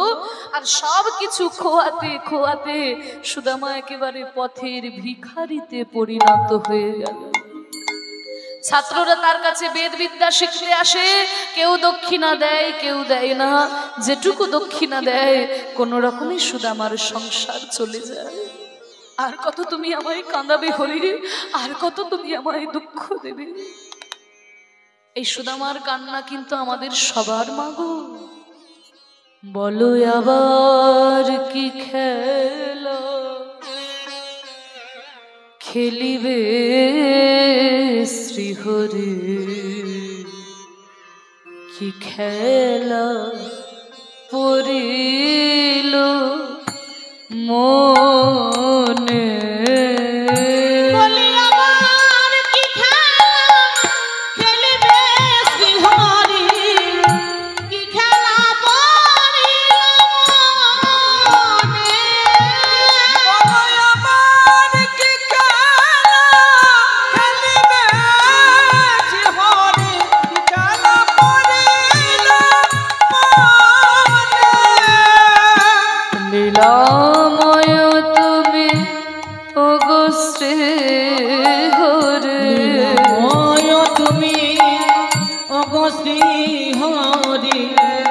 লীলাময় তুমি ওগো শ্রী হরি, তুমি ওগো শ্রী হরি। খেলা বুঝিব আমি কেমনে, বলি আমার কি খেলা খেলিবে শ্রী হরি, কি খেলা করিল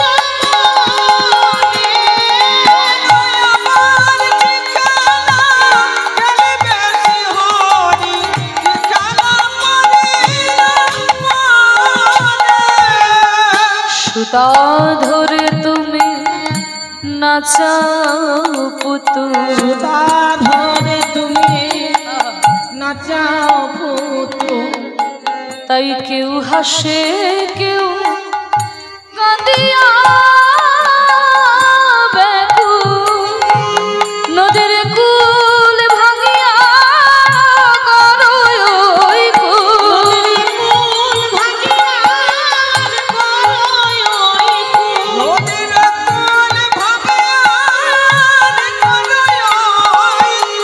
খেলা বুঝিব আমি কেমনে।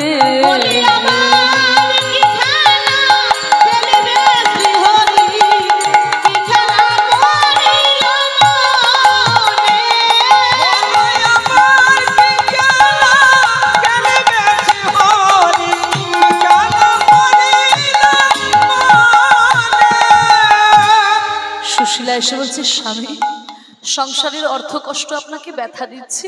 না না সুশীলা, সামান্য অর্থের জন্য আমি কষ্ট পাইনি, আজ আমার বাবা মায়ের কথা বড় মনে হচ্ছে।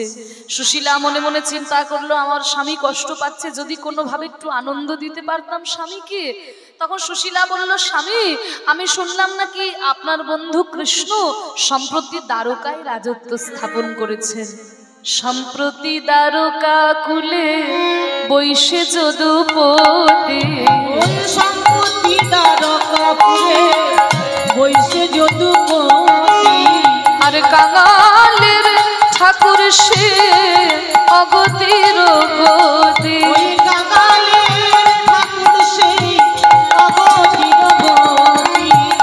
যদি কেহ মনে প্রাণে ডাকে একবার, যদি কেহ মনে কানে ডাকি একবার, আর তৎক্ষণাৎ দূর করে দারিদ্র তাহার, তৎক্ষণাৎ দূর করে দারিদ্র তাহার।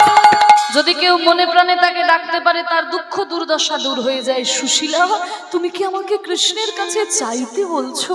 না না স্বামী, আপনি ভুল ভাবছেন, আমি চাইতে কেন বলবো? শুনেছি আপনার বন্ধু দ্বারকায় আছে, আপনার সঙ্গে তো অনেক দিন দেখা হয়নি, তা আপনি একবার যান, দেখা করে আসুন। আপনাকে দেখলেই, আপনার বন্ধুকে দেখলেই আপনার মনের ব্যথা দূরে যাবে। এই কথা তুমি ঠিক বলেছো সুশীলা, সেই কোন গুরুগৃহে আমাদের দেখা হয়েছে, তারপরে তো আর দেখা হয়নি। কিন্তু সুশীলা, তুমি যে আমাকে কৃষ্ণের কাছে যেতে বলছো, কৃষ্ণকে দেওয়ার মতো যে আমার কাছে কিছু নাই। কি বাবা, বন্ধুর বাড়ি যদি বন্ধু প্রতিদিন যায়, সঙ্গে করে কিছু না নিয়ে গেলেও চলে, কিন্তু বহু বছর পরে যদি বন্ধুর বাড়ি বন্ধু যায়, তবে কি আর খালি হাতে যেতে পারে? যদি কিছু উপহার আমাকে এনে দিতে পারো, সেই উপহার নিয়ে আমি যাব। উপহার, উপহার। তখন সুশীলা মনে মনে ভাবছে, সামান্য উপহারের জন্য আমার স্বামী যেতে পারবে না, তা আমি বরং যাই, একটু বৃন্দাবনের দাঁড়ে দাঁড়ে কিছু ভিক্ষা করে দেখি। আমার ঘরে তো উপহার দেওয়ার মতো কিছু নাই, যদি কেউ কিছু ভিক্ষা দেয়, সে ভিক্ষাই না হয় আমার স্বামীর হাতে তুলে দেব। এই বলে সুশীলা যেই না ভিক্ষার আঁচল পেতে বৃন্দাবনের দাঁড়ে দাঁড়ে গেছে, আর সুশীলাকে দেখে নানানজন নানান কথা বলছে। ওই দেখো, আরে দেখো দেখো, আরে ওই সুদামা ঠাকুরের বউটা না? সুদামার বউ। আরে সত্যবাদী যুধিষ্ঠির গো সুদামা। আমরা তো সব মিথ্যেবাদী, আমাদের সঙ্গে কথা বলে না, তা আমাদের কাছে বউটাকে ভিক্ষা করতে পাঠিয়েছে। দেখো, তা আমাদের দেওয়া ভিক্ষার অন্ন পেটে সইবে তো? পেটে সইবে তো? সুদামার বউ, আরে তোমাকে বলছি। হরি বল। ওমা, সমাজের সব মানুষ তার একরকম হয় না। সুশীলা দেবী বলছে, তোমরা কি ভাবলে তোমাদের দেওয়া ভিক্ষার অন্নে আমার সংসার চলবে? আমার স্বামী বেদবিদ্যার পণ্ডিত গো, ছাত্ররা তার কাছে পড়াশোনা শিখতে আসে, তারা যেটুকু দক্ষিণা দেয় আমার সংসার ঠিক চলে যায়। কিন্তু তোমরা তো আর কেউ কৃষ্ণের কাছে যেতে পারবে না, আমার স্বামীর বন্ধু হচ্ছে কৃষ্ণ, তা তোমরা যে যা ভিক্ষা দেবে আমার স্বামী উপহার স্বরূপ তার চরণে দান করবে। হরি বল। বলে ঠিক আছে, তাহলে 4টি পাড়া ছিল মা গো, পূর্ব পশ্চিম উত্তর দক্ষিণ, 4টি পাড়া থেকে একজন করে ভিক্ষা দিল। আর খুব সৌভাগ্যের বিষয়, ওই 4 জনই এক মুঠো করে চিড়ে ভিক্ষা দিয়েছে। এখানে তত্ত্ব আছে। হরি বল। এই যে একটা পাড়া থেকে বাবা আমার ভিক্ষা,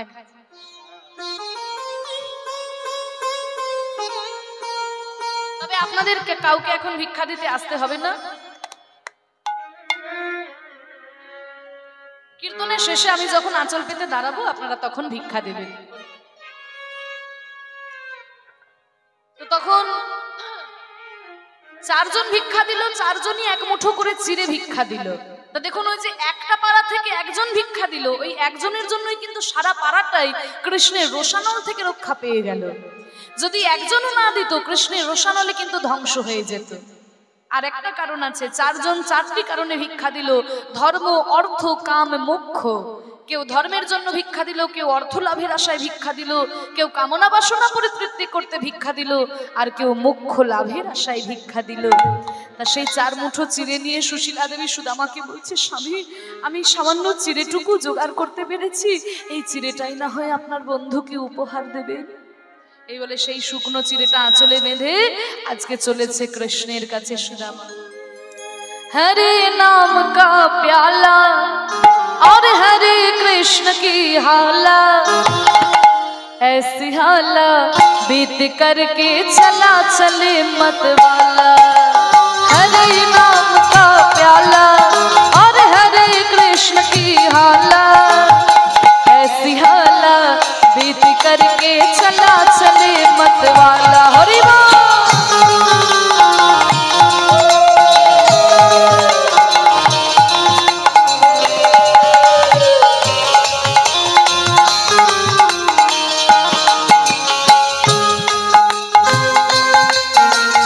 राधा जैसी वाला और वृंदा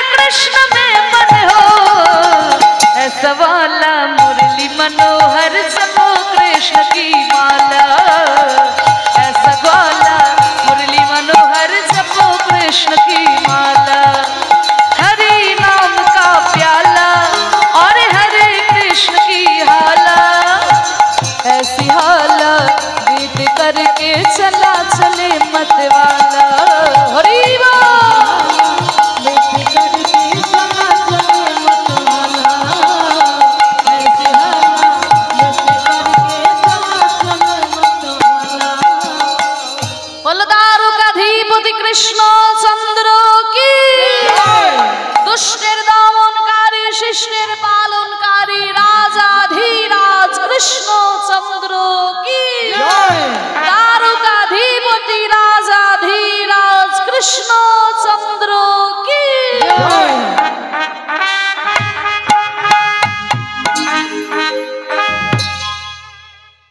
দ্বারকার রাজপ্রাসাদের সামনে এসে যেই না দাঁড়িয়েছে, রাজপ্রাসাদের দিকে হাঁ করে তাকিয়ে আছে সুদামা। এত বড় রাজপ্রাসাদ, এবার হাঁ করে তাকাতে তাকাতে যেই না প্রবেশ করতে গেছে রাজপ্রাসাদের ভিতরে, অমনি দারোয়ান ধরেছে, কাহা যা রে হো?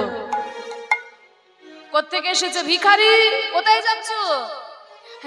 না আমি ভিখারি নই গো, আমি তোমার রাজার বন্ধু।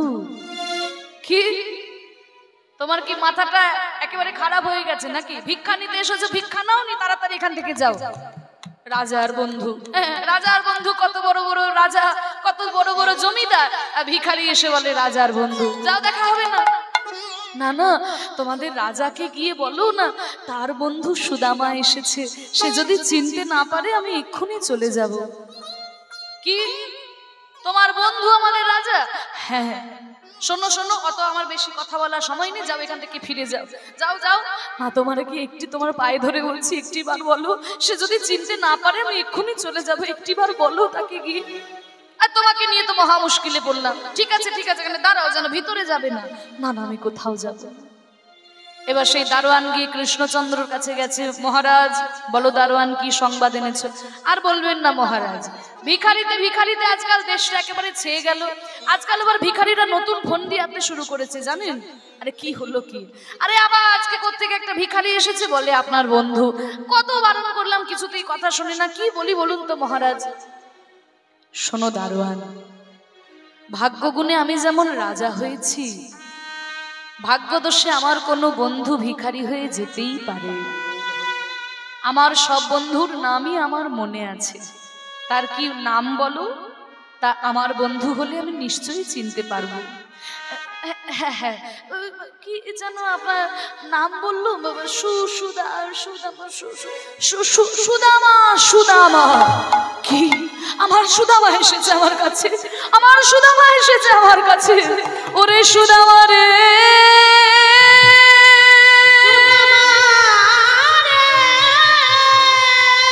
ওরে সুদামা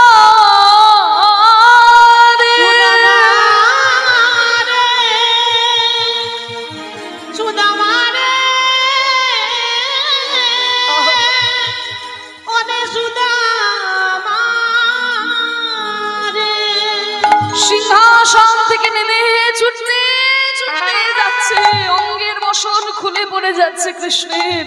ওরে সুদামা দরজার বাইরে এসে সুদামাকে বুকের মধ্যে জড়িয়ে ধরেছে। ওরে সুদামা, এতদিন পরে ভাই কানাইকে মনে পড়েছে। সুদামা, এতদিন পরে আমার কথা মনে পড়েছে।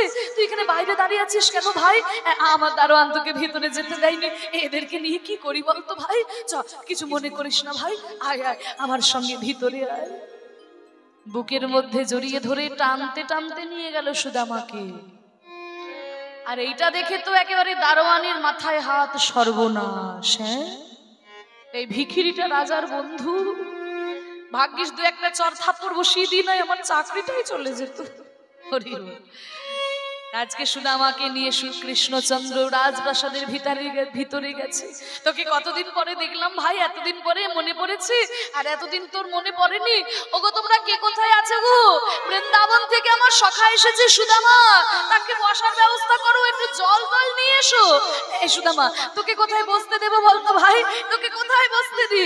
এত বড় রাজপ্রাসাদে সুদামাকে বসতে দেওয়ার জায়গা পাচ্ছে না কৃষ্ণ। এক কাজ কর ভাই, তুই আমার এই সোনার সিংহাসনের উপর বস। সোনার সিংহাসনে সুদামাকে বসিয়েছে। কই তোমরা জল এনেছো? হ্যাঁ স্বামী, জল এনেছি। এবার দেখুন ভগবান শ্রীকৃষ্ণের 16,108টা স্ত্রী, 16,108টা স্ত্রী, সবাই এক ঘড়া করে জল এনেছে সুদামার পায়ে ঢালবে বলে। 16,000 ঘড়া জল যদি সুদামার পায়ে ঢালে, তা গোটা রাজপ্রাসাদটা ভেসে যাবে না? এবার সবাই তো জল এনেছে, কৃষ্ণ বিধান দিলেন, ঠিক আছে সবাই যখন জল তোমরা এনেছো, 1 চামচ করে সবাই জল এই বড় গামলাটার মধ্যে দাও, তাহলে এই গামলাটা ভর্তি হয়ে যাবে, কারোর আর দুঃখ হবে না। এবার যদি কারোর একজনের কাছে জল নিয়ে দেয়, বাকিদের দুঃখ হবে না যে দেখো আমরাও তো কষ্ট করে জল আনলাম। তা ঠিক আছে সবাই যখন জল এনেছো, 1 চামচ করে জল বড় গামলাটায় দিল, আর গামলাটা ভর্তি হয়ে গেল। আর সেই জল নিয়ে কৃষ্ণচন্দ্র সুদামার পা দুটিকে ভালো করে ধুইয়ে দিয়েছে, কোথাও কাঁটা বেঁধেছিল বের করে দিয়েছে, কোথাও রক্ত বেরিয়েছিল নিজের বসন দিয়ে পরিষ্কার করে দিয়েছে। আমার কাছে আসতে তোর খুব কষ্ট হয়েছে না রে সুদামা? না রে কৃষ্ণ, ঠিক আছে ঠিক আছে। আপনি সহস্তে সুদামার চরণ ধুয়াইল, ওই আপনি সহস্তে সুদামা চরণ ধুয়াইল, আর ওই চরণ ধোয়া জল কৃষ্ণ পান করিল, সেই চরণ ধোয়া জল কৃষ্ণ পান করিল। সে যে ভক্ত বৎসল দয়াল হরি, সে যে ভক্ত বৎসল দয়াল হরি, ওই ভক্তের লাগি অবতীর্ণ সেই ভক্ত বৎসল দয়াল হরি, সে যে ভক্তির লাগি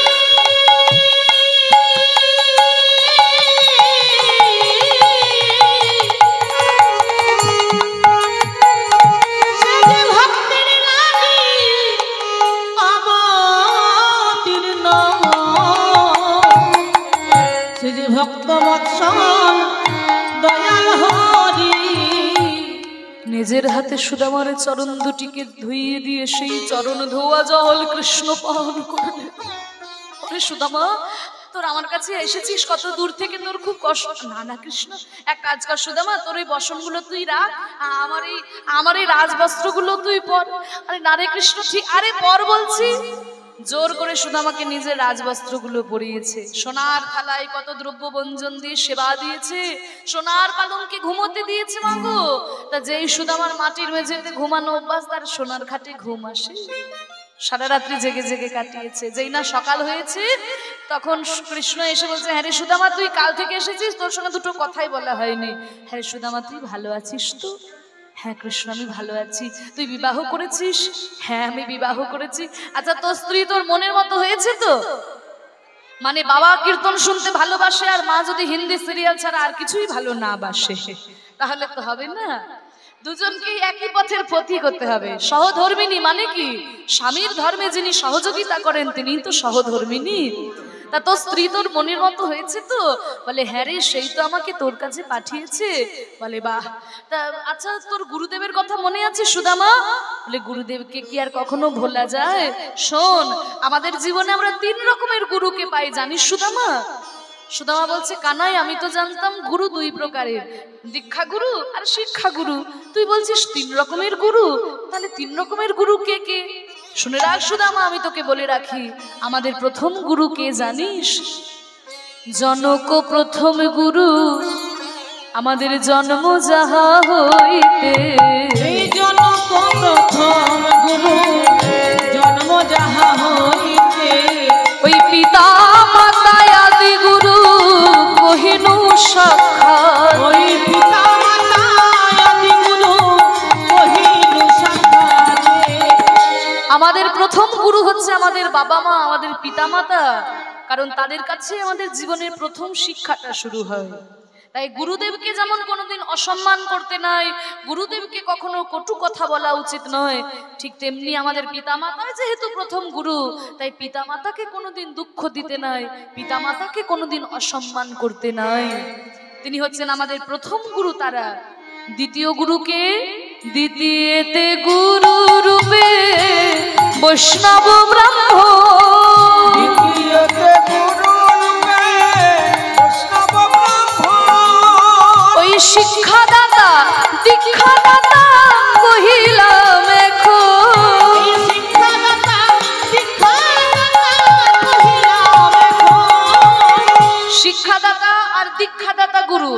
হচ্ছেন দ্বিতীয় প্রকার গুরু, যিনি আমাদের শিক্ষা দান করেন যারা, আর যিনি আমাদের কর্ণে দীক্ষা দান করেছেন, এনারা হচ্ছেন দ্বিতীয় প্রকার গুরু। তাহলে তো সবাই হয়ে গেল, আর কে বাকি রইল? আর কেউ বাকি রইল? শিক্ষাগুরু দীক্ষাগুরু হয়ে গেল, বাবা মা হয়ে গেল প্রথমে, তাহলে আর কে গুরু বাকি আছে? বলে শোন সুদামা, তৃতীয়তে গুরু কে জানিস? তৃতীয়তে অন্তর্যামী রূপে আমি ভগবান। তৃতীয়তে অন্তর্যামী রূপে আমি ভগবান। ওই আপদে বিপদে ভক্তের করি সমাধান। ওই আপদে বিপদে করি সমাধান। আমি অন্তর্যামী ভগবান হলাম তৃতীয় প্রকার গুরু। আমরা অনেক সময় বুঝতে পারি না কোন পথে যাব, কোন পথে যাব না, কোনটা করব, কোনটা করব না। চোখ বন্ধ করবেন, দেখবেন হৃদয় থেকে কেউ একজন বলে দিচ্ছে ওই পথে যা, ওটা সঠিক পথ, ওই পথে যাস না, ওটা ভুল পথ। অন্তর্যামী রূপ ভগবান গুরুরূপে কিন্তু সদা সর্বদা আমাদের দীক্ষা, আমাদের শিক্ষা দান করেন। তাই অন্তর্যামী ভগবান হলেন তৃতীয় প্রকার গুরু। বাহ, তোর কাছে এলে অনেক তত্ত্ব কথা জানা যায় রে কৃষ্ণ। শোন, বন্ধুর সঙ্গে বেশি তত্ত্ব আলোচনা ভালো লাগে না। কই দে দে সুদামা, কি এনেছিস দে। হ্যাঁ, আরে কাল থেকে এসেছিস তুই, কোনো আমার উপহার আনিসনি, এতদিন পরে এসেছিস, কি উপহার এনেছিস দে। সুদামা মনে মনে চিন্তা করে, আমার বন্ধু কৃষ্ণ সে যে এখন দ্বারকার রাজা হয়েছে, সবাই নিমন্ত্রণ করে আমার ভাই কানাইকে কত দামি দামি মিষ্টি খাওয়ায়, আর সেই কানাইকে দেওয়ার জন্য আমি এনেছি শুকনো চিড়ে। এই শুকনো চিড়ে আমার কানাইকে আমি কেমন করে দেব, কেমন করে দেব? না জানি এই শুকনো চিড়ে খেতে আমার কানাইয়ের বদনে কত ব্যথা লাগবে, কত ব্যথা লাগবে। না না, এই চিড়ে আমি দিতে পারবো না, চিড়ে আমি দিতে পারবো না। তাড়াতাড়ি করে চিড়েগুলো বগল দাবার মধ্যে ভরে নিয়েছি। নারী ওই কানাই ওই তাড়াহুড়ো করে চলে এলাম তো, আমি কিছু আনতে ভুলে আরে ভুলে গেছিস বললেই মেনে নেবো নাকি? হ্যাঁ, ছোটবেলায় যখন গোচারণে যেতাম তুই নিজে না খাই আমাকে খাওয়াতিস, তোর মা যে গয়নাগুলো পরিয়ে পাঠাতো তুই খুলে খুলে সব আমার গায়ে পরিয়ে দিতিস, আর এখন এসে বলছিস কিছু আনিসনি। ওই তো তোর হাতের মধ্যে কি একটা রয়েছে মনে হচ্ছে, দে বলছি দে। না কৃষ্ণ, কিছু আনিনি। আরে ওই তো রয়েছে হাতের মধ্যে, আরে দে না। আরে কৃষ্ণ কিছু আনিনি, আমি বলছি কিছু। ঠিক আছে ঠিক আছে। কৃষ্ণ দেখছে এইভাবে তো সুদামা দিচ্ছে না, তাহলে একটু ছলনার আশ্রয় করতে হবে। ঠিক আছে সুদামা, আনিসনি, ভালোই করেছিস, এতদিন পরে এসেছিস, তোকে একটু ভালো করে আলিঙ্গন করা হয়নি, তা একটু আলিঙ্গন তো করতে পারবি। এবার সুদামা তো সহজ সরল, সে তো এত চাতুরালি বোঝে না, বলে হ্যাঁ ভাই, আলিঙ্গন একবার কেন 100 বার করবো, আই ভাই তোকে একটু আলিঙ্গন করি। এই বলে যেই না সুদামাকে নিয়ে জোর করে আলিঙ্গন করতে গেছে, অমনি বগল দাবা থেকে চিড়ের পুটলিটা মাটিতে পড়ে গেল। এই তো আমি জানতাম, আরে তুই আমার কাছে এতদিন পরে আসছিস আর আমার জন্য কিছু আনবি না, এটা হতেই পারে না। এই তোর কি রয়েছে, কি একটা রয়েছে, নিশ্চয়ই কোনো ভালো কিছু আছে। দেই না তাড়াতাড়ি করে পুটলিটা খুলেছে, দেখে তার মধ্যে রয়েছে ভিজানো চিড়ে। কৃষ্ণ বলে ওরে সুদামা রে,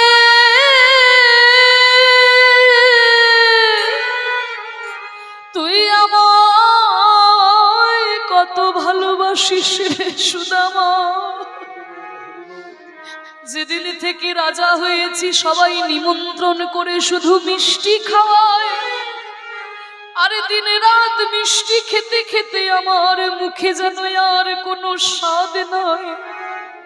আমার মুখের স্বাদ বদলাবার জন্য কত কষ্ট করে তুই এই চিড়ে এনেছিস, আবার শুকনো চিড়ে খেতে আমার বদনে ব্যথা লাগবে বলে তুই আবার এই চিড়েগুলোকে ভিজিয়ে এনেছিস।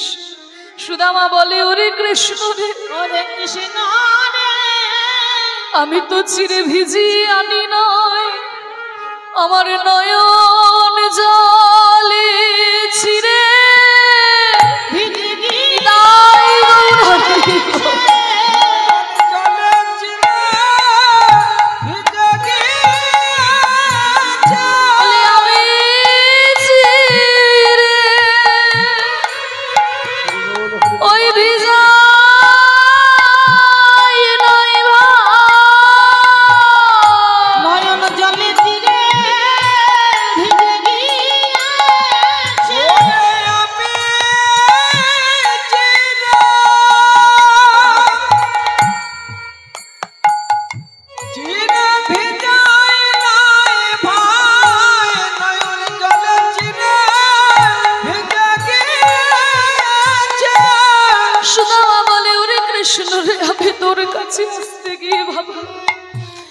তোর বদনে কত ক্ষীরসর নবনে তুলে দিয়েছি, সেই তোর বদনে আমি এই শুকনো চিড়ে কেমন করে দেব?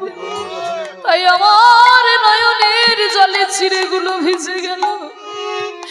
কৃষ্ণ বলে, ওরে সুদামারে, তুই এত কষ্ট করে আমার জন্য এই চিড়ে এনেছিস, তাই এই চিড়ে ছুঁয়ে আমি প্রতিজ্ঞা করে বললাম, সুদামা, আগামী কলিযুগে যখন আমি নদিয়া হয়ে নবদ্বীপে গৌর হয়ে জন্ম নেব, যদি কোনো কাঙাল ভক্তই আমার জন্য ফল মিষ্টি জোগাড় করতে না পারে, আমায় সোনার থালা দিতে হবে না, ওই মাটির মাল সাথে করে যদি কেউ দুমুঠো চিড়ে আমাকে দেয় রে সুদামা, আমি তার দ্বারে গিয়ে প্রসাদ গ্রহণ করি।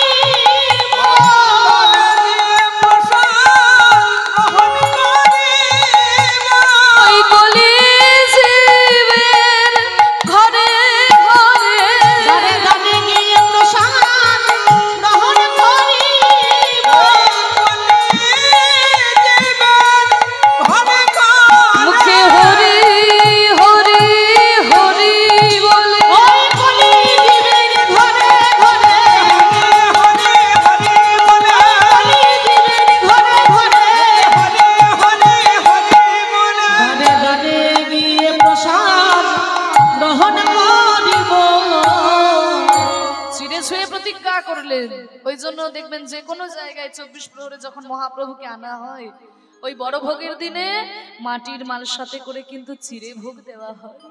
চিড়ে ছাড়া গোবিন্দের ভোগ হয় না, মহাপ্রভুর ভোগ হয় না। সেই যে বলেছিল সুদামাকে, সুদামা বলছে, কানা এবার বিদায় দে, তুই আজই চলে যাবি ভাই।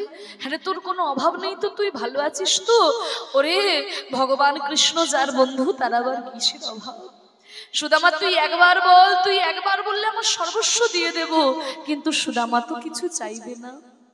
চলে গেল সুদামা বিদায় নিয়ে। তাই বলে কি কৃষ্ণ কিছু দেবে না? বিশ্বকর্মাকে ডেকে বলল, শোনো বিশ্বকর্মা, তুমি সুদামার তাল পাতার কুটিরটা ভেঙে আমার রাজপ্রাসাদের মতো একটা রাজপ্রাসাদ তৈরি করে দাও। মা লক্ষ্মীকে ডেকে বলল, শোনো মা লক্ষ্মী, তুমি সুদামার স্ত্রী সুশীলাকে সারা গায়ে গয়না পরিয়ে সাজিয়ে দিয়ে যাও। সুশীলাকে মা লক্ষ্মী সারা গায়ে গয়না পরিয়ে সাজিয়ে দিল।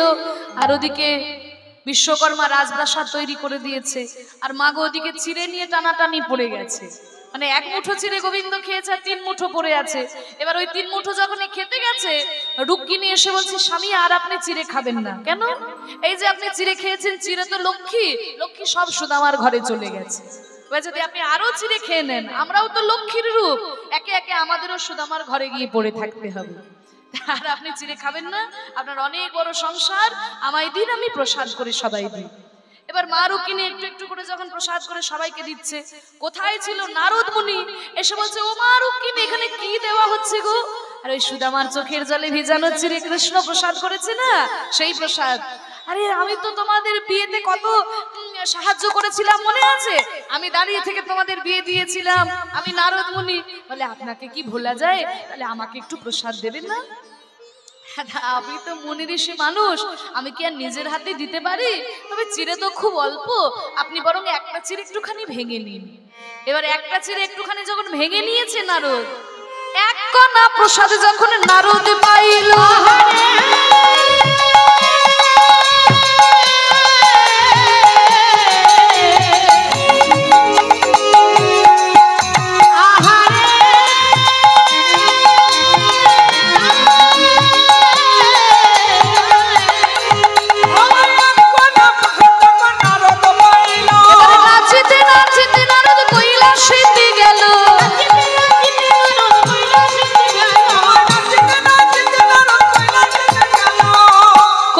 শিব ঠাকুরের কাছে গেছে। মামা কি হলো? কি তুমি কি সারা জীবন ধ্যানই করবে নাকি?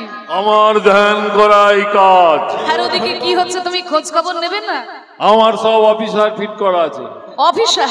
হ্যাঁ। কারা তোমার অফিসার? এই যে দেখছো না, নন্দী বিরিঙ্গি ভূত প্রেত, এরা সব আমার অফিসার। সব বসে বসে মাইনে খাচ্ছে, খবর দেওয়ার নাম নাই। তোমার এই অফিসাররা তোমাকে খোঁজ খবর দেয়নি? কেউ খবর দেয় না। ও মামা, আমি পেয়েছি গো, পেয়েছি। পেয়েছো? কি পেয়েছো? প্রসাদ পেয়েছি। প্রসাদ? হ্যাঁ। কিসের প্রসাদ? যেমন তেমন প্রসাদ নয়, সুদামার চোখের জলে ভিজানো চিড়ে কৃষ্ণ প্রসাদ করেছে, সেই প্রসাদ আমি পেয়েছি। তাই তোমার এত আনন্দ? ওই জন্য আমি আনন্দ করে তোমার কাছে চলে এলাম। ওই আমাকে প্রসাদ দাও। তুমি প্রসাদ নেবে? হ্যাঁ। মামা, মা রুক্মিণী আমাকে বললো একটা চিড়ে একটুখানি ভেঙে নিতে, তা ভেঙে নিয়ে আমি তো চিড়ে খেয়ে নিয়েছি মামা। ওই তো তুমি নিজে হাতে ভেঙেছো। আমি নখে করে ভেঙেছি। দেখো ওই নখের কোণে যদি একটু লেগে থাকে। তুই তো নখে করে ভেঙেছিস, দেখ না নখের কোণা একটুখানি যদি থাকে। তা মামা, এই নখের ডগা একটুখানি রয়েছে মনে হয়। হ্যাঁ হ্যাঁ, ওটাই হবে, ওটাই দে। এটাই তোমাকে দেব। হ্যাঁ হ্যাঁ। এবারে নখাগ্রের প্রসাদ যখন ভোলানাথ পেল, প্রসাদ যখন ভোলানাথ পেল, আর বম বম বলে ভোলা নাচিতে লাগিল উলুধ্বনি।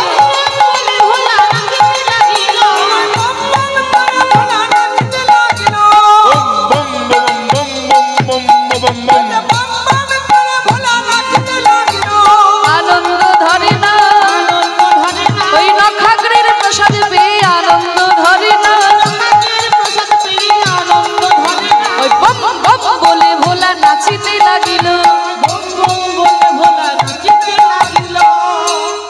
এমন নাচছে কৈলাস পর্বতটা কাঁপছে। মা পার্বতী এসে বলছে, আরে হলোটা কি, তোমরা এমন ভাবে নৃত্য করছো পর্বতটাই কেঁপে গেল, কি হয়েছে? প্রসাদ পেয়ে আনন্দ করছি পার্বতী। প্রসাদ? কার প্রসাদ? ওই যে সুদামার চোখের জলে ভেজানো চিড়ে কৃষ্ণ প্রসাদ করেছে, আর সেই প্রসাদ নারদ আমাকে দিয়েছে। কিরে নারদ, তোর মামাকে প্রসাদ দিলি, তবে আমাকে প্রসাদ দে। মা, আর তো প্রসাদ নেই, নখের কোণে যেটুকু ছিল সেটুকু আমি মামাকে দিয়েছি, আর তো প্রসাদ নাই। হ্যাঁ রে, তোরা মামা ভাগ্নে যুক্তি করে প্রসাদ পেলি আর আমাকে বঞ্চিত করলি। শোন, এই কৃষ্ণ যখন জগন্নাথ হয়ে পুরীধামে বিরাজ করবে, সেদিন আমি বিমলা মাতা নাম ধরে ওই জগন্নাথ মন্দিরের পাশে বিরাজ করব। সেদিন জগন্নাথের প্রসাদ সবার প্রথমে আমার কাছে আনা হবে। আমি প্রসাদ দিলে তবে সেদিন ভক্তরা প্রসাদ পাবে। জগন্নাথ মন্দিরের পাশে যে বিমলা মাতার মন্দির, মা পার্বতী সেখানে বিরাজ করছেন, ওই জন্য জগন্নাথের প্রসাদ বিক্রয় করা হয়। হ্যাঁ, আর এদিকে সুদামা তো এসে দেখে কি তার রাজপ্রাসাদ হয়ে গেছে কুটিরটা, কিন্তু আমার সুশীলা কোথায়? এবার যখন সুশীলা এসে চরণে প্রণাম করেছে, প্রথমে তো চিনতেই পারে নাই। স্বামী, সুশীলা, তোমার সারা গায়ে গয়না, রাজপ্রাসাদ। বিশ্বকর্মা এসে রাজপ্রাসাদ করে দিয়েছে, আর মা লক্ষ্মী এসে আমাকে সাজিয়ে দিয়েছে। স্বামী, সুশীলা, আমি তো কৃষ্ণের কাছে এই ধন সম্পত্তি ঐশ্বর্য চাই না। ওরে কানাই, আমি তোর কাছে এই ধন সম্পত্তি ঐশ্বর্য চাই না ভাই, আমি যেন যুগে যুগে তোকে আমার বন্ধু রূপে পেতে পারি। তাই সুশীলা কলিযুগে জন্মগ্রহণ, এই সুদামা কলিযুগে জন্মগ্রহণ করেছিলেন সুন্দরানন্দ পণ্ডিত রূপে।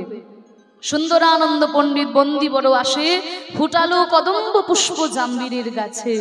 জামির গাছে কদম ফুল ফুটিয়েছিল, এত বড় ভক্ত ছিল সুদামা ঠাকুর। কলিযুগে সুন্দরানন্দ পণ্ডিত রূপে জন্মগ্রহণ করেছিলেন। তাই সবাই বলুন, কৃষ্ণ সুদামা কি, কৃষ্ণ সুদামা কি, ভক্ত ভগবান কি, বৃন্দাবন ধাম কি, আপন আপন গুরু মহারাজ কি, হরিনাম সংকীর্তন কি। জয় গৌর ভক্তবৃন্দ, গৌর যার প্রাণ, তোমরা সবে মিলে করো মোরে প্রেম ভক্তি দাও।